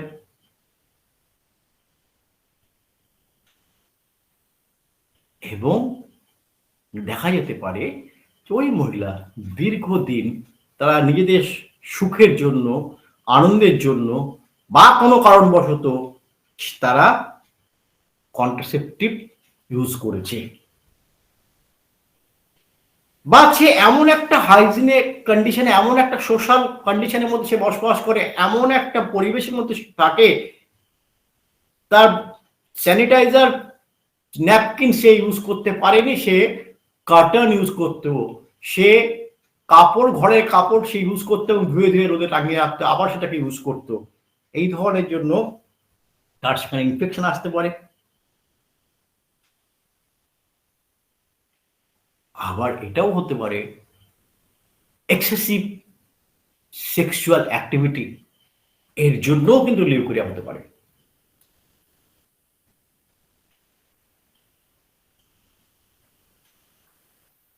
এমনও হতে পারে বাচ্চা হয়েছে, তার কিছুদিন পরে তার হোয়াইট ডিসচার্জ দেখা যেতে পারে। কেন? এই যে কজগুলো, এইগুলো কিন্তু আমাদের বিভিন্ন কজ, সবগুলোই এই ধরনের কজগুলোই থাকে। পোরাস ওমেনদের ক্ষেত্রে এইরকম থাকে, নালী পোরাস ওমেনদের ক্ষেত্রে এইগুলো থাকে। একই ধরনের ব্যাকটেরিয়া এই ইল হেলথ, এনিমিয়া, প্রেসারি, এইগুলো থাকে। ক্রনিক ডিসেন্ট্রি বা কোলাইটিস যেটাকে বলছি, সেগুলো যদি থাকে সেগুলো হতে পারে। আর আপনার ইউটেরাইন প্রোলাপস থাকতে পারে, ইউটেরাইন ফাইব্রয়েড থাকতে পারে, এই সবগুলোই আমি আপনাদেরকে বলেছি। এবারে চলে আসি আমরা হোমিওপ্যাথিক ট্রিটমেন্ট। তাহলে প্রথম কথা হচ্ছে কেস টেকিংটা কিভাবে করবো, সেটা মোটামুটি একটা জায়গায় আমি বোধহয় আপনাদেরকে বলতে পেরেছি। যদি সেরকম সুযোগ সুবিধা থাকে, যদি আপনাদের কাউকে পারমিট করে অ্যাসিস্ট্যান্টকে সঙ্গে নিয়ে একটা ফিজিক্যাল এক্সামিনেশনের চিন্তাও করতে পারেন। ফিজিক্যাল এক্সামিনেশন কিন্তু একটা খুব দরকার, পাস্ট হিস্ট্রি নেওয়া দরকার। পাস্ট হিস্ট্রির মধ্যে তার কোনো টিউবারকুলোসিস আছে কিনা, টিউবারকুলোসিস হয়েছিল কিনা, তার পাস্ট হিস্ট্রিতে ডিসেন্ট্রি ছিল কিনা, বা সিফিলিস, গনোরিয়া কোনো কিছু আছে কিনা, বা কোনো রকম তার সার্জারি হয়েছিল কিনা, এই সমস্ত কিন্তু আপনাকে পাস্ট হিস্ট্রির মধ্যে অবশ্যই দিতে হবে। বা সে কোন রকম স্টেরয়েড মেডিসিন ইউজ করে কিনা, অ্যান্টি অ্যালার্জিক মেডিসিন কিছু ইউজ করে কিনা, এগুলো কিন্তু আপনাকে অবশ্যই জানতে হবে। যে কোনো গাইনোকোলজিক্যাল পেশেন্ট দেখতে গেলে এইগুলো অতি অবশ্যই জানতে হবে। এবং তার যদি তার পোরাসোমেন হয়ে থাকে, তার কটা সন্তান, কটা তার নষ্ট হয়েছে বা নষ্ট করেছে, অ্যাবর্শন করেছে কিনা, এই সমস্ত কিছু কিন্তু জানতে হবে আমাদেরকে। মিসক্যারেজ হয়েছে আর অ্যাবর্শন করেছে, দুটোই হতে পারে। অ্যাবর্শন কিন্তু একটা বড় কজ হোয়াইট ডিসচার্জের, কারণ এপিথেলিয়াল টিস্যুগুলোকে তখন চেঁচে চেঁচে বের করে। তো এপিথেলিয়াল টিস্যু যদি সেখানে নষ্ট হয়, ড্যামেজ হয়, সেখানে ইরোশন হওয়ার সম্ভাবনা থাকতে পারে। যখন ডাইলেটার যখন ওখানে ঢোকানো হয়, তারপরে যখন সেখানে স্ক্র্যাপার দিয়ে যখন স্ক্র্যাপিং করা হয়, তখন কিন্তু সার্ভাইকাল টিস্যুগুলো সেগুলো কিন্তু নষ্ট হতে পারে। এন্ডোমেট্রিয়ামে যে এপিথেলিয়াল টিস্যুগুলো নষ্ট হতে পারে, সেটা কিন্তু একটা বড় কজ যে তার অ্যাবর্শন করানো হয়েছিল কিনা। অনেক ক্ষেত্রে পাওয়া যায়, এ ধরনের অনেক ক্ষেত্রে পাওয়া যায়, বা মিসক্যারেজ হয়েছে কিনা। তাহলে আমাদের এই হিস্ট্রিগুলো নিতে হবে। এবং তার যখন বেবি হয়েছে, যখন তার ডেলিভারি হয়েছে, নর্মাল না সিজারিয়ান, কি হয়েছে, এটাও কিন্তু আপনাকে হিস্ট্রিগুলো নিতে হবে। তার যখন প্রেগনেন্সি পিরিয়ডের মধ্যে তার হাজবেন্ডের সঙ্গে তার রিলেশনশিপ কেমন ছিল, ফিজিক্যাল রিলেশন থেকে তার হাজবেন্ডকে খুব উত্তেজিত হয়ে বারবার ফিজিক্যাল রিলেশনের জন্য আসতো, তার হাজবেন্ডের হিস্ট্রি নিতে হবে। ডিসচার্জাল হিস্ট্রিগুলো, এগুলো কিন্তু ভেরি ভেরি ইম্পর্টেন্ট। তার ফ্যামিলি হিস্ট্রি নিতে হবে, ফ্যামিলি ব্যাকগ্রাউন্ড নিতে হবে, তার লাইফ স্টাইলটা দেখতে হবে, তার লাইফ ল্যান্ডমার্কটা দেখতে হবে। ছোট থেকে সে বড় হয়েছে, আমি একটা যেমন গল্প বললাম আপনাদেরকে, কিরকম ভাবে তার জীবনটা কিভাবে হয়েছে, তার কত বছর বয়সে বিয়ে হয়েছে, তার ম্যাচুরিটি কেমন ছিল। আমার এমনও জানা আছে, এমন পেশেন্ট, তার মতো অসাধারণ ভদ্র কাউকে পাওয়া যায় না। তিনি বিবাহিতা, 2 সন্তানের মা, 5 বর্ষে তিনি নামাজ পড়েন। তার সমস্ত হিস্ট্রি যখন নিতে গিয়ে দেখা গেছে, যখন সে কলেজে পড়তো তখন প্রচুর প্রচুর করে সে মাস্টারবেট করতো। দ্যাট মিনস তার সেক্সুয়াল এক্সাইটমেন্ট খুব বেশি ছিল। তাহলে এখন অ্যাক্টিভিটিস কেমন, সেটাও জানতে হবে আপনাকে। এখন তার সেক্সুয়াল অ্যাক্টিভিটি কেমন, এইগুলো কিন্তু কেস টেকিং একটা প্রধান জিনিস। তার ফিজিক্যাল এক্সামিনেশন যখন করবেন, তাকে দেখতে হবে তার কোনো জায়গায় কোনো গ্ল্যান্ডুলার সোয়েলিং হয়ে আছে কিনা, তার ডেভেলপমেন্ট অফ বডি, ব্রেস্ট থেকে শুরু করে সবকিছু আপনাকে নজর দিতে হবে। আপনাকে দেখতে হবে এনিমিক কন্ডিশন হওয়ার জন্য তার কোনো ভেনাস কন্ডিশন হয়ে গেছে কিনা, তার ইডিমা এসছে কিনা। দিস অল আর কিন্তু ফিজিক্যাল এক্সামিনেশনের মধ্যে একটা অঙ্গ, সেটাও কিন্তু কেস টেকিং একটা পার্ট।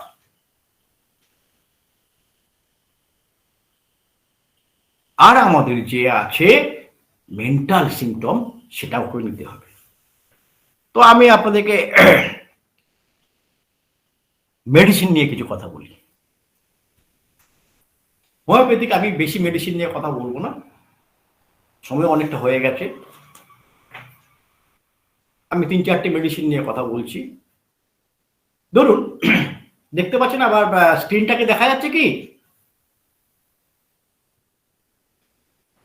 হ্যাঁ, দেখা যাচ্ছে স্যার। আচ্ছা, এটা আপনাদের জন্য আমি তৈরি করার চেষ্টা করেছি, জানি না কতটা ভালো হয়েছে, বন্ধ হয়েছে। চেষ্টা করছিলাম, পারিনি, সময় পাইনি বেশি, সময় পাইনি বেশি। প্রথমেই আসি আমরা অ্যালুমিনা। অ্যালুমিনার কজ কি?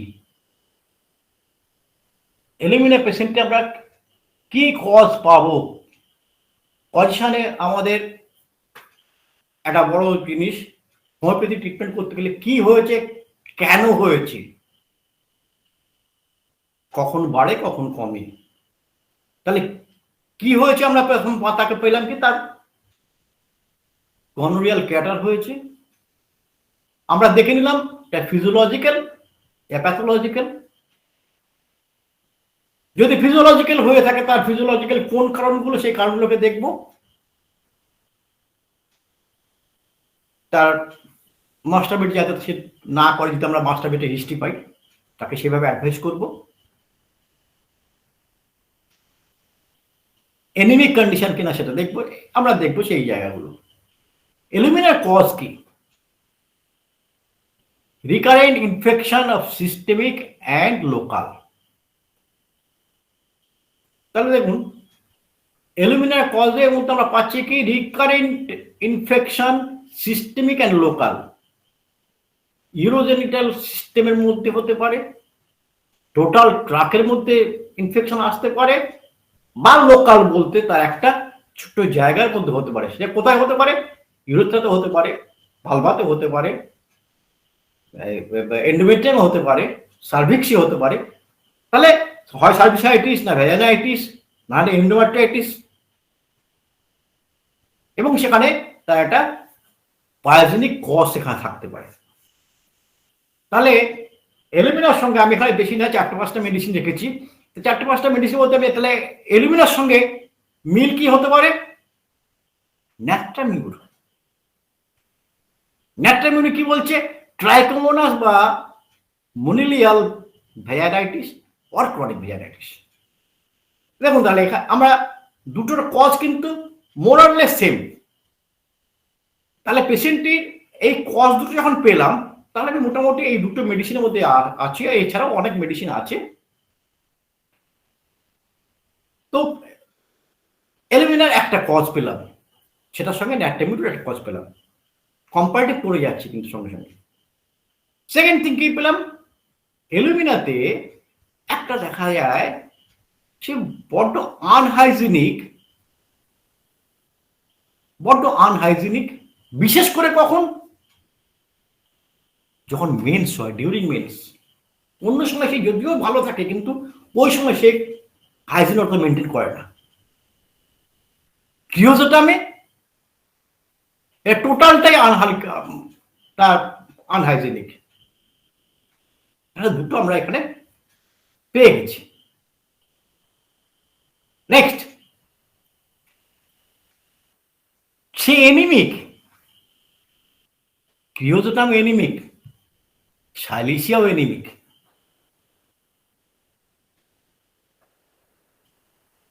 তাহলে আমি এলুমিনা কখন দেব,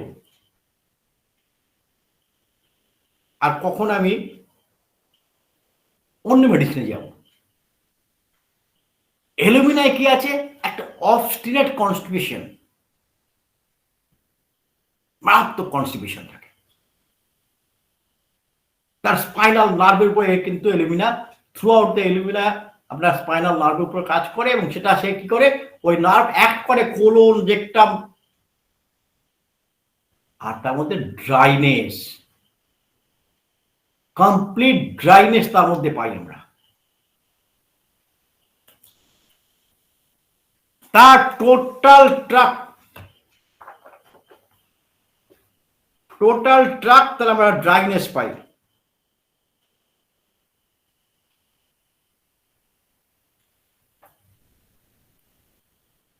অ্যালুমিনা হচ্ছে অ্যালুমিনিয়াম অক্সাইড অফ অ্যালুমিনিয়াম, বা অ্যালুমিনিয়াম অক্সাইড বা অ্যালুমিনিয়াম হাইড্রেট। এটা জলেও বলে না, আবার অ্যালকোহলও বলে না, কিন্তু বলে কিসে? অ্যালকালিতে গলে, অ্যাসিডে গলে। তাহলে অ্যালকালি বা অ্যাসিড এ দুটোই কিন্তু আপনার মিউকাস মেমব্রেন থেকে সিক্রেট হয়। তার ফলে কি হয়? তার একটা বিধ্বংসীকারী ক্ষমতা তার মধ্যে সৃষ্টি হয়, সে ক্র্যাক করতে পারে। অ্যালুমিনিয়াম অক্সাইড মিউকাস মেমব্রেনকে নষ্ট করতে পারে। এটাই যে pathophysiology, pathophysiology of patient as well as pathophysiology of the medicine. Aluminium pathophysiology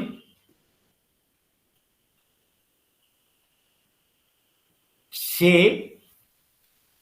তার এই নিজস্ব ক্ষমতা থাকার জন্য, অ্যালুমিনার ক্ষমতা থাকার জন্য তার ড্রাইনেস ক্রিয়েট করে, কারণ তার ফিজিওলজিক্যালি সে স্পাইনাল নার্ভের উপর কাজ করে, ফিজিওলজিক্যালি সে জেনিটাল অর্গানের উপরে কাজ করে, ফিজিওলজিক্যালি সে গ্যাস্ট্রিক রিজিয়নের উপরে কাজ করে, জিআই ট্র্যাকের উপরে কাজ করে। তার ফলে তার কোলনেও ড্রাইনেস এসে যায়, তারপরে তার রেকটামেও ড্রাইনেস এসে যায়, আর ড্রাইনেস থাকার জন্য তার কনস্টিপেশন সিভিয়ারলি দেখা যায়।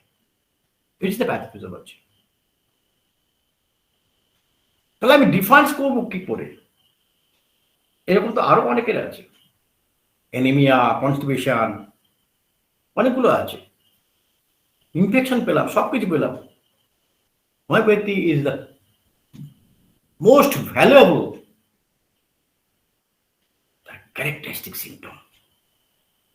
Abnormal craving for charcoal, chalk and mud.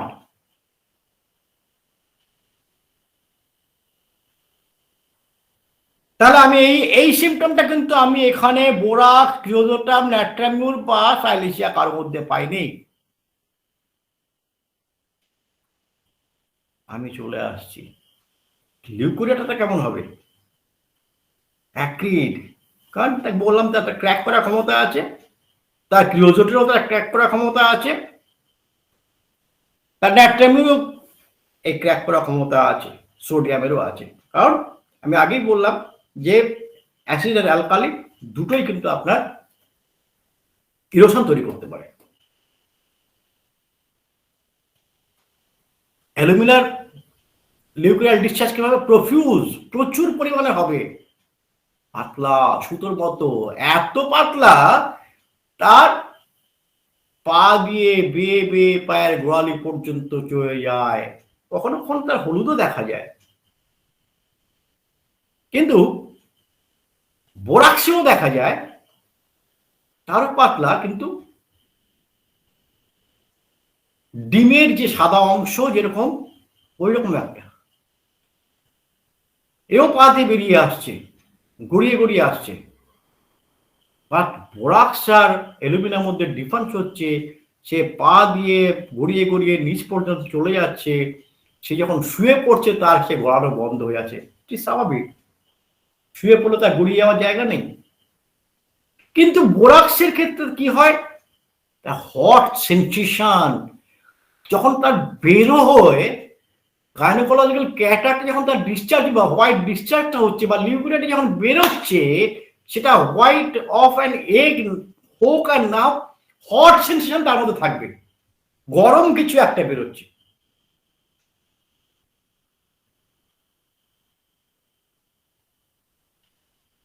ক্রিওজোটের ক্ষেত্রে সে কিন্তু ভীষণ ভীষণ অফেন্সিভ হতে পারে। সেন্সেশন কি থাকে? Burning sensation. Aluminium burning sensation থাকে,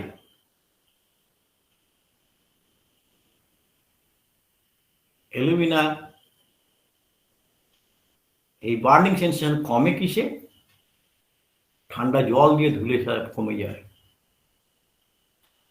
ঠান্ডা পানি দিয়ে সে ওয়াশ করলে তার কমে যায়।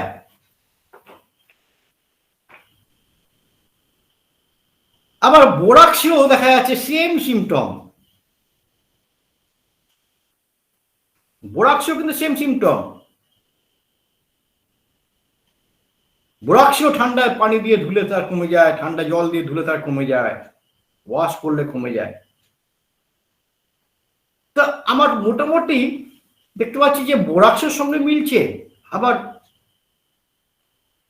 অ্যালুমিনার সঙ্গে মিলছে। আমার এই দুটো সিমটম কিন্তু এখানে খুব প্রমিনেন্ট থাকে। আর কি?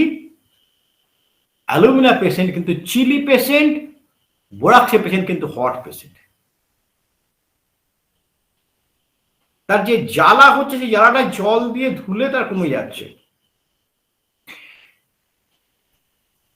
পিরোজোটের ম্যালনিউট্রিশন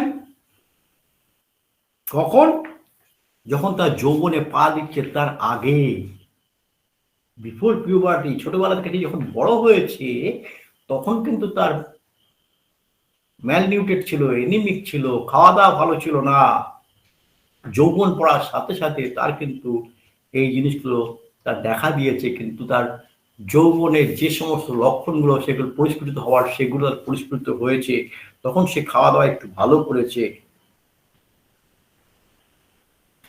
কিন্তু তার কি দেখা দিয়েছে? ভীষণভাবে তার কোমরে ব্যথা,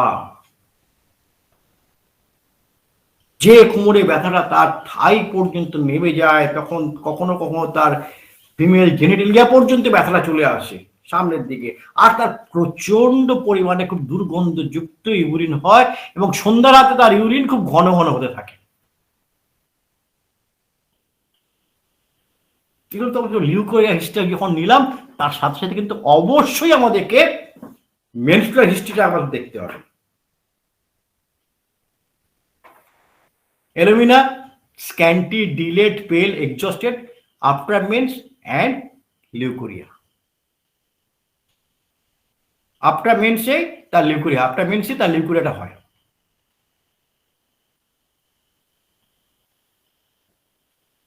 আবার বোরাক্সের ক্ষেত্রে too early, too profuse, dipping pain in abdomen extend to small of the back. আর পিওজোতে কি দেখলাম? তার পেন হয়, সেই পেনটা কিন্তু তার ব্যাকে যায় না, তার পেনটা জেনিটেলিয়া এবং থাই পর্যন্ত এগিয়ে আসে। তারও কিন্তু আর্লি টু প্রফিউজ এবং মাঝে মাঝে থেকে যায়, আবার হয় ইন্টারমিটেড, হচ্ছে কমে যাচ্ছে, হচ্ছে কমে যাচ্ছে। প্রফিউজ, ইরেগুলার, ল্যাট্রামিউর, labour like pain with suppressed menses. কখনো হয় কখনো হয় না, যখন হয় তো প্রচুর হয়, কখনো হয় না কিন্তু পেটে ব্যথা অবশ্য থাকে, হচ্ছে না পেটে ব্যথা থাকে। আই থিঙ্ক আমরা এইগুলোর সাথে সাথে কিছু কিছু ক্যারেক্টারিস্টিক সিমটম অবশ্যই দেখব। কি দেখব? ন্যাট্রামিউরে কিন্তু suppression of grief, suppression of anger, disappoint of love, changeable mood, forgetful, আর consolation aggravate and desire short.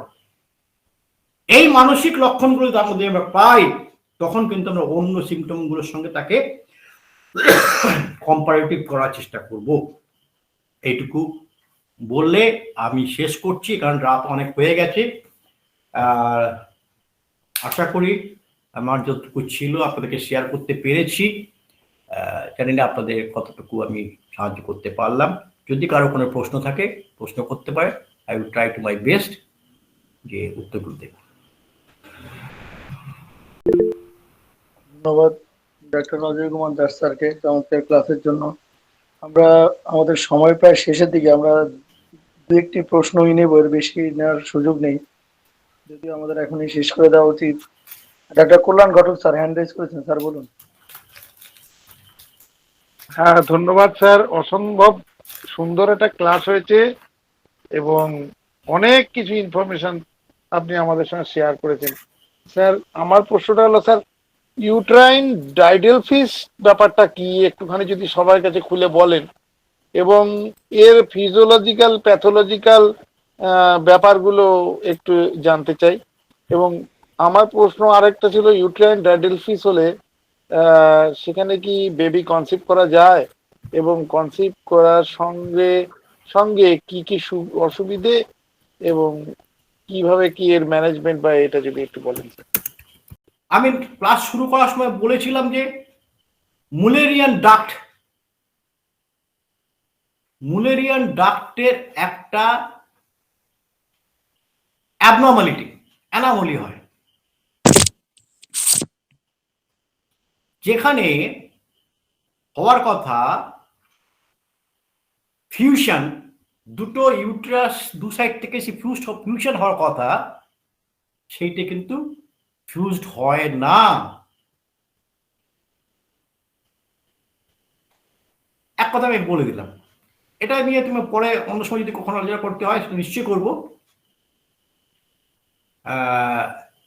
যে মুলেরিয়ান ড্রাগ যেটা আছে তার অ্যানামলি থাকে, সে কমপ্লিটলি ডুপ্লিকেটেড ইউরিন হয়ে যায়, দুটো হর্ন হয়ে যায়, এই ক্ষেত্রে ইউট্রাস ডাইডেলফিস হয়। কিছুটা বলতে পারলাম? হ্যাঁ স্যার, বলছিলাম যে এইটা নিয়ে একটা এই চ্যাপ্টারটা, এই ব্যাপারটা একটুখানি বড় স্যার, এটা নিয়ে গোটা একটা ক্লাস হয়তো বা একটা ক্লাসের অর্ধেক হয়তো আপনার লাগবে। আমরা এটা থেকে পরে আপনার কাছ থেকে অনেক কিছু আরো কিছু জানবো এই ব্যাপারটা নিয়ে। অবশ্যই স্যার, অবশ্যই স্যার, এটা আপনি আমাদের এখানে আপনার এত সুন্দরভাবে বলাটাই আপনি পারবেন স্যার। আমার প্রশ্নটা হলো স্যার, এখানে একটা ছোট প্রশ্ন করে রাখি যে গনোরিয়াল ডিসচার্জ আর লিউকোরিয়ান ডিসচার্জের মধ্যে পার্থক্যটা একজন পেশেন্ট কিভাবে বলবে, বা একজন ডাক্তার কিভাবে পেশেন্ট তো অত বোঝে না, সেক্ষেত্রে কিভাবে এই পার্থক্যটা করে এটাকে ধরা যাবে? কালার, বার্নিং, ইরোশন এবং তার ডিসচার্জ নিয়ে সেখান থেকে তাকে সোয়াব টেস্ট করলে, কালচার করলে, সোয়াব কালচার যদি করা হয় তাহলে সেখান থেকে পাওয়া যাবে যে কি ধরনের সেখানে ব্যাকটেরিয়া আছে, গনোকক্কাল ইনফেকশন হয়েছে নাকি, এটা কিন্তু ওখানে পাওয়া যায়। পার্থদাকে কি বলবে? পার্থদাকে আমি ডাকবো, তারপরে অজয়দা থ্যাংক ইউ। ঠিক আছে, অনেক অনেক ইনফরমেটিভ আলোচনা হয়েছে, করলাম তো বলেছি, তো আজকে তো অনেক রাত হয়ে গেছে। আমি বেশি করে ফেলেছি দাদা, সরি। হ্যাঁ হ্যাঁ হ্যাঁ, আমার দুটো জায়গার একটু জানার ছিল আর কি। একটা হচ্ছে যে সাইকোলজিক্যাল যে কজ, একটা মাইন্ড সিমটমস ধরে যে এটার ইফেক্টটা করে, এটা কিভাবে হয় আর কি। আর সেকেন্ড হচ্ছে ওই লিউকোরিয়ার সাথে আমরা ভ্যাজাইনাল ডিসচার্জের পার্থক্যটা কিভাবে করব ল্যাবরেটরি ইনভেস্টিগেশন ছাড়া। ল্যাবরেটরি ইনভেস্টিগেশন ছাড়া পার্থদা, এইটা নিয়ে আমি বারিপুর নর্থেও বলেছি। আজকে আমার কোশ্চেনটা যখন তুলেছেন, অবশ্যই সেখানে একটা স্মেল ফলস স্মেল থাকতে পারে, মানে সম্ভাবনা যেগুলো থাকে, একটা ইরোশন থাকতে পারে, তার ইরোশন থাকার জন্য বার্নিং সেনসেশন থাকতে পারে। এনি অফ দ্য পয়েন্ট, বালবাতে হতে পারে বার্নিং হতে পারে আপনার সার্ভিক্সের ভেতরে, বার্নিং হতে পারে আপনার ইউটেরাসের ভেতরে, বার্নিং হতে পারে ইউরেথ্রার মধ্যে। কারণ ইউরেথ্রাতে হওয়ার কারণটা হচ্ছে সবচেয়ে মজার জিনিস, যে ভ্যাজিনাল ডিসচার্জ তো হচ্ছে আপনার ইউটেরাসের ভেতর থেকে বেরিয়ে আসছে, আর ইউরেথ্রা তো আলাদা।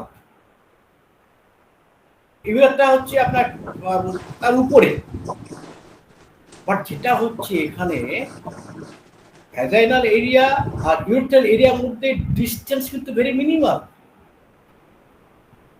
তার ফলে ব্যাকটেরিয়া যে কোনো মুহূর্তে, যে কোনো সময় আপনার ইউরেথ্রাতে এন্ট্রি নিতে পারে।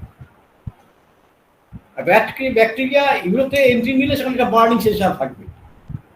হোয়াইট ডিসচার্জের সাথে সাথে যখন পেচ্ছাপ করতে যায় তখন তার বার্নিং থাকছে।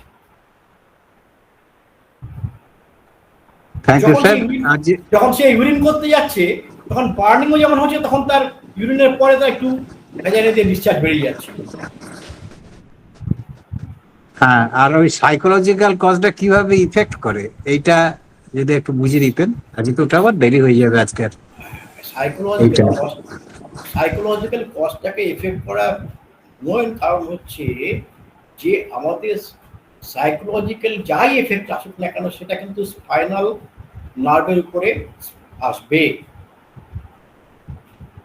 আপনি তো আমাদের প্রত্যেকটা নার্ভের ক্লাস করেছেন, সেখানে আপনি পরিষ্কার বুঝতে পারেন যা কিছু এফেক্টই আসে সেটা সেন্সেসরি নার্ভ দিয়ে আপনার স্পাইনাল কজে আসবে, এবং স্পাইনাল নার্ভের উপরে যদি আসে সেটা rectum, abdomen, urethra, urogenital organ, সেখানে কিন্তু এফেক্টটা আসবেই আসবে। তার ফলে ইরিটেশন হবে, সেই সমস্ত গ্ল্যান্ডগুলোতে যেখান থেকে তার ডিসচার্জ হবে। নট অনলি ইউরেথ্রাল ডিসচার্জ, তার কিন্তু তখন জিআই ট্র্যাকের ডিসচার্জ হতে পারে, তার লিভারে ইরেগুলারিটি হতে পারে, কারণ যতগুলো আপনার গ্ল্যান্ডুলার আছে সবগুলো গ্ল্যান্ডের মধ্যে কিন্তু আপনার স্পাইনাল নার্ভ সেখানে কিন্তু সাপ্লাই করছে, তার ফলে কিন্তু আপনার এই জিনিসগুলো দেখা দিতে পারে। Thank you sir. Psychological effect ভীষণভাবে করে দাদা, এটা আমি তো প্রচুরভাবে বললাম, আপনাকে দেখেছি। হ্যাঁ ঠিক আছে, থ্যাংক ইউ। ওয়েলকাম দাদা। হ্যাঁ আরিফ বলো। হ্যাঁ বলছিলাম স্যার, এই ছোট্ট একটা প্রশ্ন আর কি, মানে জানার একটা বিষয় ছিল যে মেয়েদের যে মাস্টারবেশন করার টেন্ডেন্সিটা, এটা দেখে কি আমরা এটাকে কি কোনোভাবে অবজার্ভ করে বুঝতে পারা যাবে কি এই বিষয়টা? না না, কারণ সেটা শোনো, সেটা অভিজ্ঞতাকে কাজে লাগাতে হবে। হ্যাঁ মানে আপনার তো অভিজ্ঞতাটা আছে, তো এই ব্যাপারটা আমি একটা বলছি, আমি একটা 20 বছর বা 22 বছর বা 23 বছরের মেয়েটি কলেজে পড়ে, দেখতে অসম্ভব সুন্দরী, অসম্ভব শান্ত, খুব শান্ত, মাথা নিচু করে রাস্তা দিয়ে হেঁটে যায়, মাথা নিচু করে বাড়িতে ঢোকে। বাড়িতেও কিন্তু শাসনের মধ্যেই তাদেরকে ফ্যামিলি থেকে বড় হয়েছে। তার কি মনের মধ্যে কোন রকম এক্সাইটমেন্ট গ্রো করতে পারে না? সে কি চুপি চুপি কোথাও প্রেম করতে পারে না? তো একটা পেশেন্ট যখন আসবে তার সঙ্গে তোমার সেই রিলেশনশিপ, সরি তুমি বলে ফেললাম, আমাদের সেই রিলেশনশিপটা করতে হবে। তুমি বলবেন স্যার। আমাদের সেই রিলেশনশিপ তৈরি করতে হবে। পেশেন্টের কাছ থেকে কত ক্যাজুয়ালি তার সঙ্গে ব্যবহার করতে পারে। একটা পেশেন্ট তার বয়স অনুযায়ী তার সঙ্গে কথা বলতে হবে। আমি যে কথাটা বললাম, তার জ্যাঠামশাই আমার বন্ধু, তাকে আমি বলছি তুই কিন্তু আমার কাছে এসছিস রুগী হয়ে, তো জ্যাঠার বন্ধুর জন্য তুই বন্ধুর কাছে আসিস, তুই আসছিস আমাকে ডাক্তারের কাছে এসছিস। ডাক্তারের রুগীকে সব কথা বলতে হয়। বল তোর বয়ফ্রেন্ড কি করে? তোর বয়ফ্রেন্ড আছে? না না না, তুই মিথ্যা কথা বললে হবে? আমি কি দেখিনি? আমি তো আন্দাজে মিলেছি, আমি কি দেখিনি? তার আগে জেনে নিচ্ছে ও কি করে, কোথায় পড়াতে যায় না পড়াতে যায়। ও যেখানে পড়াতে যায় সেই রুটের একখানে জায়গায় বলে আমি দেখেছি অমুক জায়গায়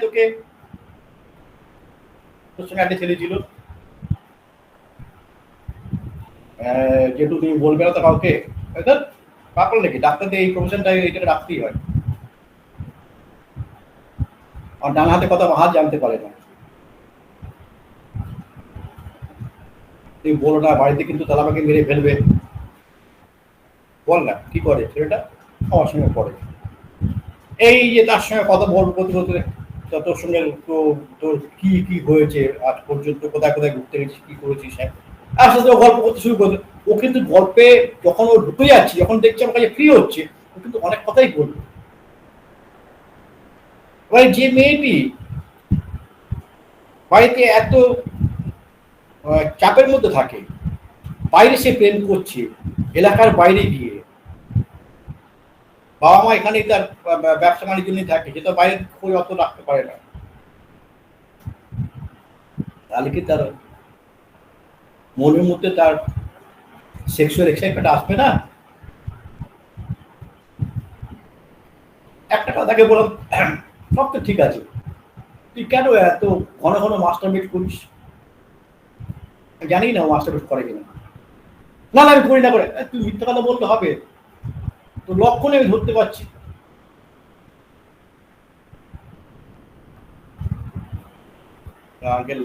রেগুলার তো করি না আমি, ওই কোনো মাসে একবার, কোনো মাসে দুবার।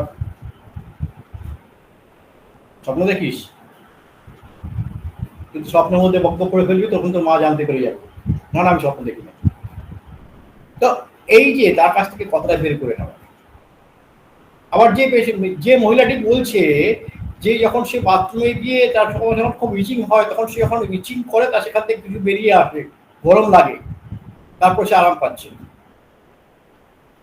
স্নান করলে সে ভালো থাকছে। তার এটাও কিন্তু মাস্টারবেট, বাট তিনি মাস্টারবেট হিসেবে মাস্টারবেট করছেন না। মাস্টারবেট করার জন্য মাস্টারবেট করছে না। আমাকে জানতে হবে, সুন্দর সুন্দর স্যার। পেশেন্টের ফ্যামিলি হিস্ট্রিটা দেখতে হবে, পেশেন্টের সোশ্যাল স্ট্যান্ডার্ডটাকে দেখতে হবে। আমি কি সবাইকে বলতে পারবো?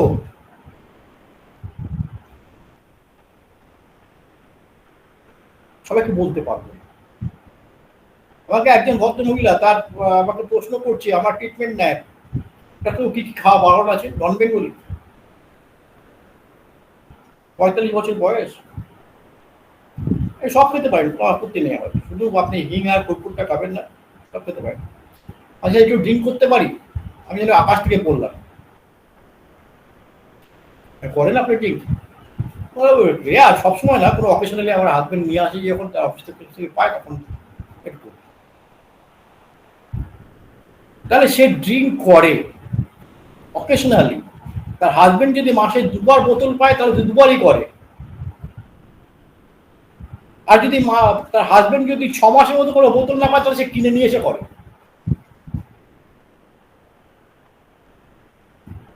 তাহলে আপনাকে সেই জায়গায় ধরতে হবে। তাহলে তার মধ্যে আপনি তাকে যদি আরো ভালো করে জিজ্ঞেস করেন, তার সঙ্গে সে রিলেশন তৈরি হয়ে যায়, আপনারা মাসের মধ্যে কতবার নিজেদের মধ্যে মেলামেশা ফিজিক্যাল রিলেশনশিপ তৈরি করেন, দেখবেন আপনি পেয়ে যাবেন তার সেক্সুয়াল এক্সাইটমেন্ট বেশি।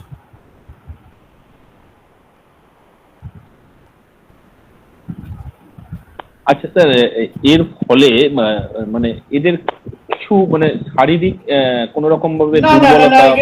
না না, এগুলো ফিজিওলজিক্যাল, এগুলো ফিজিওলজিক্যাল, ফিজিওলজিক্যাল। আচ্ছা ঠিক। ফিজিওলজিক্যাল, এটা কোনো ডিজিজ নয়।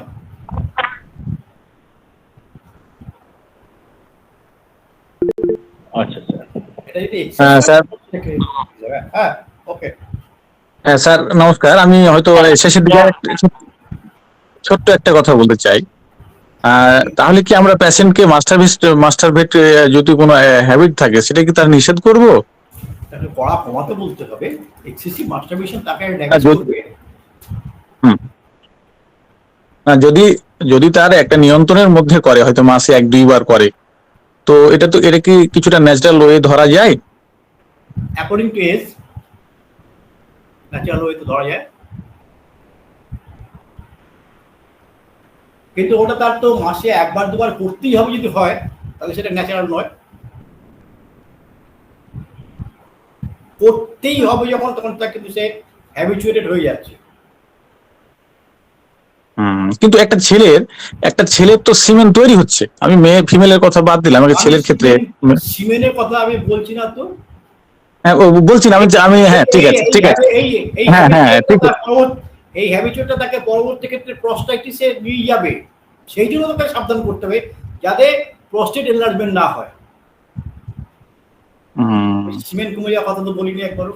না বলেননি, আমি ওটা ঠিক আছে, কিন্তু আমি মানে এই সূত্রেই কথাটা বললাম যে স্যার একটা ছেলের ক্ষেত্রে হয়তো মাসে 1-2বার করে, সেক্ষেত্রে আমরা এটাকে কিছু মনে করি না মেডিকেল ব্যাপারে। তো যদি আপনার কাছে কোনো অভিজ্ঞতা থাকে স্যার, সেজন্য থ্যাংক ইউ স্যার। না এইটা তাকে এই কারণে বলতে হবে। দেখবেন ম্যাক্সিমাম পুরুষের প্রস্টাইটিস হয়। যে পুরুষের প্রস্টাইটিস হয়, যদি তার কাছে আপনি প্রশ্ন করে এই কথা বের করতে পারবেন না যে তিনি মাস্টারবেট করতো, তাকে এই প্রশ্নটা করতে পারবেন না। কেন বলুন তো? প্রস্টাইটিস যখন হবে তখন তার বয়সটা 50 বা 50 আপ তখন হয়ে গেছে। আর আপনি একটা 23 বছরের ছেলে বা 25 বছরের ছেলে বা 30 বছরের ডাক্তার, তাকে জিজ্ঞেস করতে পারবেন না আপনি মাস্টারবেট করেন কিনা। আমি জিজ্ঞেস করতে পারবো আপনার কি এরকম কোনো হ্যাবিট ছিল ইয়াং লাইফে?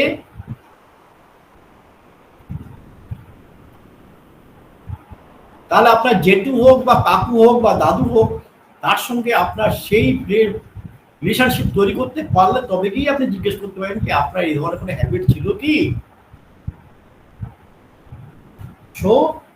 একজন হোমিও ডাক্তার শুধু হবে ডাক্তার, প্রত্যেকটা ডাক্তারই সবচেয়ে বড় জিনিস হচ্ছে doctor and patient relationship.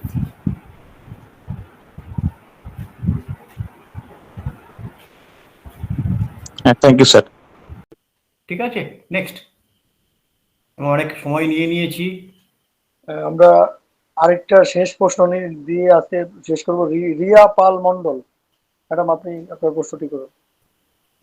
Sir কাল হ্যালো, হ্যাঁ স্যার শুনতে পাচ্ছেন? হ্যাঁ, হ্যাঁ, শোনা বলুন। যাচ্ছে, হ্যাঁ বলুন। স্যার, কালকে একটা আমি কেস এরকম পেয়েছি। তো সেখানে লিকোরিয়া ছিল প্রফিউজ ফর 6 to 8 যিনি 6 to 8 ইয়ার্স ধরে ভুগছিলেন। কিন্তু আমার স্ট্রাইকিং একটা আমার খুব মেন্টাল ওনার সিমটম লাগলো।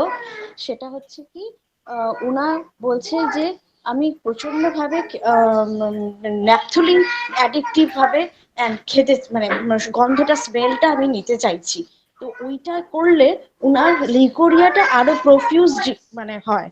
তো সেইটা আমাকে খুব স্ট্রাইকিং করলো। তো আমি ফার্স্টে অ্যালুমিনা আর ক্যালকেরিয়া কার্ব ভেবেছিলাম। তো আমি আগে ফার্স্টে অ্যালুমিনাইটাই করেছি, কিন্তু ওখানে আমি স্ট্রাইক করে গেলাম যে মাইন্ডে ওর অ্যাবসার্ড সিনসে স্মেল নিতে চেষ্টা করছে এবং সেটা থেকে অ্যাডিকশন নিয়ে চলে যাচ্ছে লিউকোরিয়া। এইখানটা আমি কি করে ধরবো, বা এটা আমার ঠিক প্রেসক্রিপশন হলো কিনা বুঝতে পারলাম না। আচ্ছা, তার এখানে অ্যাগ্রাভেশন হচ্ছে তার যদি সে নেপথালিনের গন্ধ সে নেয়, হ্যাঁ স্যার। অন্য কোনো গন্ধ নয়, পার্টিকুলার একটা জিনিস নেপথালিনের কোনো গন্ধ নিলে তারটা হচ্ছে। হ্যাঁ তো এটা কিন্তু একটু ভালো করে যদি আমরা নজর দিই তাহলে আমরা দেখি সেখান থেকে কিছু পাই কিনা।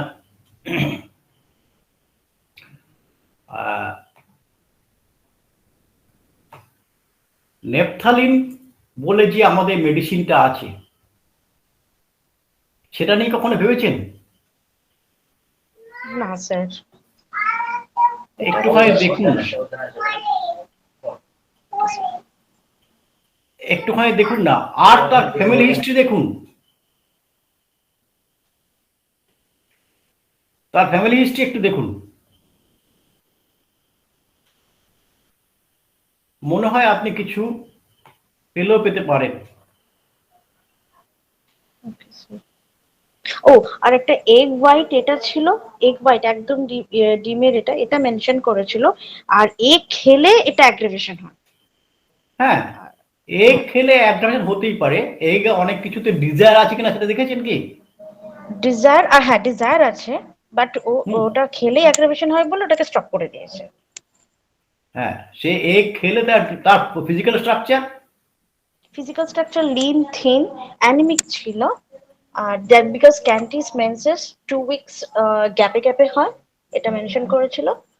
আর পেটে আমার মনে হয় ব্যথা ছিল, আপনি, পেইন আমাদের আমার মনে হয় যে মেডিসিনগুলো আপনি চিন্তা করছেন সেগুলো একটাতেও হয়তো যাবে না। তাহলে স্যার যাবে ন্যাট্রাম মিউরের দিকে। আমার মনে হচ্ছে আপনি আর একটু হিস্ট্রি নিন, আপনার কাছে অনেক কিছু সাপ্রেস করে গেছে। হতে পারে, কারণ আমি অনেক অনেক কিছু জিজ্ঞেস করতে লাস্ট ফাইনালি মাইন্ড সিমটমটা আমাকে দিয়েছে, বিকজ আপনি ও কিন্তু যখন আপনি আপনি ওর সঙ্গে আরো ক্লোজ হন, ওকে ওকে আরো ক্লোজ হন, দেখুন আপনি মানি পেয়ে ব্যাগ যেতে থেকে পারেন। বের করছে, মানি ব্যাগ থেকে ন্যাপথলিন, মানে ও ওটা শপে কাজ করে, ও যখন বাড়ি ফেরে ওর ওটা অ্যাডিকশন যে আমি ন্যাপথলিনটা নেবো, এন্ড হ্যাঁ, তারপরে ওই জিনিসটা শুরু হয়। হ্যাঁ, তার অ্যাডিকশনটা, তার যদি ওটা থেকে থাকে সেই অ্যাডিকশনের উপর চিন্তা করুন। Okay sir. ওই অ্যাডিকশনটা আপনি শুধু নেপথলিনের, আমি নেপথলিন একটা কথা বললাম, বাট নেপথলিন করে মেডিসিন হিসেবে ওকে এটা কিওর করতে পারবে না, না। এটা ওকে কিওর করতে পারবে না। একটা অ্যাডিকশন থেকে তাকে বের করতে পারে, ওকে। তাকে ওই অ্যাডিকশন থেকে বের করতে পারে। তাকে আপনি ক্যাম্পার দিয়ে দেখতে পারেন, তাকে আপনি একটা ক্যাম্পার দিয়ে দেখতে পারেন। স্যার ডোজ কি এখানে 30 দেবো? আপনি এটা পেশেন্টের কেস কন্ডিশন, বেসিসে, ওকে স্যার, ওকে কেস বেসিসে। এটা তো এখান থেকে বলে দেওয়া সম্ভব হবে না। না না, সে তো শিওর। এটা তো আপনাকে দেখতে হবে। দেখে নিতে। হ্যাঁ, এটা আপনাকে দেখতে হবে। থ্যাংক ইউ স্যার, এটা খুব ইনফরমেটিভ হয়েছে। বিশেষ করে মানে লিকোরিয়ার পেশেন্ট এসে 2-3টে এসে মানে আমি আপনাদের খুব পক্ষে তো অনেক ইম্পর্টেন্ট সুবিধে, ছিল। আপনাদের ইয়েস পক্ষে স্যার, আপনাদের পক্ষে তো খুব সুবিধে। আপনারা এই ক্ষেত্রে তাদেরকে ফিজিক্যাল এক্সামিন করুন। আপনি ফিজিক্যাল এক্সামিন করুন, এবং তার কাছে আপনি পাবেন, আমার যতটুকু মনে হয়, তার ভীষণভাবে তার সেক্সুয়াল এক্সাইটমেন্ট আছে, ওকে, তার মধ্যে তা পাবেন আপনি। 24 প্লাস, হ্যাঁ। আপনি পাবেন সাপ্রেশন অফ সেক্সুয়াল ডিজায়ার আপনি পাবেন, এবং তার সেই সাপ্রেশন যেটা আছে, তার ডিজায়ার খুব বেশি আছে, আমার মনে হচ্ছে আপনি পাবেন। সে মাস্টারবেশনে তার একটা হ্যাবিট আছে, তার সঙ্গে ভালো রিলেশন গড়ে আপনাকে সব উজাড় করে দেবে। Thank you sir. নেপথলিনের উপরে জোর দেবেন না, ওকে, একদম নেপথলিনের উপর জোর দেবেন না। ফিজিক্যাল এক্সামিন করুন, ফিজিক্যাল এক্সামিন পার ভ্যাজাইনাল এক্সামিন করুন, আপনি পেয়ে যাবেন। থ্যাংক ইউ স্যার, খুব হেল্পফুল। আপনি যদি পার ভ্যাজাইনাল এক্সামিন করেন, আপনি দেখবেন ভ্যাজাইনার আনম্যারিড ফিমেলের যেরকম ভ্যাজাইনা হওয়ার কথা, আপনি সেটা পাবেন কিনা আমার সন্দেহ আছে। তার মধ্যে হয়তো কিছু ইরোশন, কিছু ইরেগুলারিটি আপনি দেখতে পাবেন। Okay, okay sir, thank you very much. Welcome welcome welcome. ধন্যবাদ স্যারকে এবং রিয়া ম্যাডামকে প্রশ্ন করার জন্য। আমাদের যেহেতু সময় অতিক্রান্ত হয়েছে, আজকে চমৎকার ক্লাস করেছেন স্যার, এবং সবাইকে আন্তরিক ধন্যবাদ জানাচ্ছি। আমাদের আনুষ্ঠানিকভাবে আজকের ক্লাসটি এখানেই সমাপ্তি ঘোষণা করছি। সবাইকে ধন্যবাদ, এবং আমাদের শ্রদ্ধেয় ডাক্তার অজয় দাস স্যারকে কৃতজ্ঞতা ও ধন্যবাদ জানাই।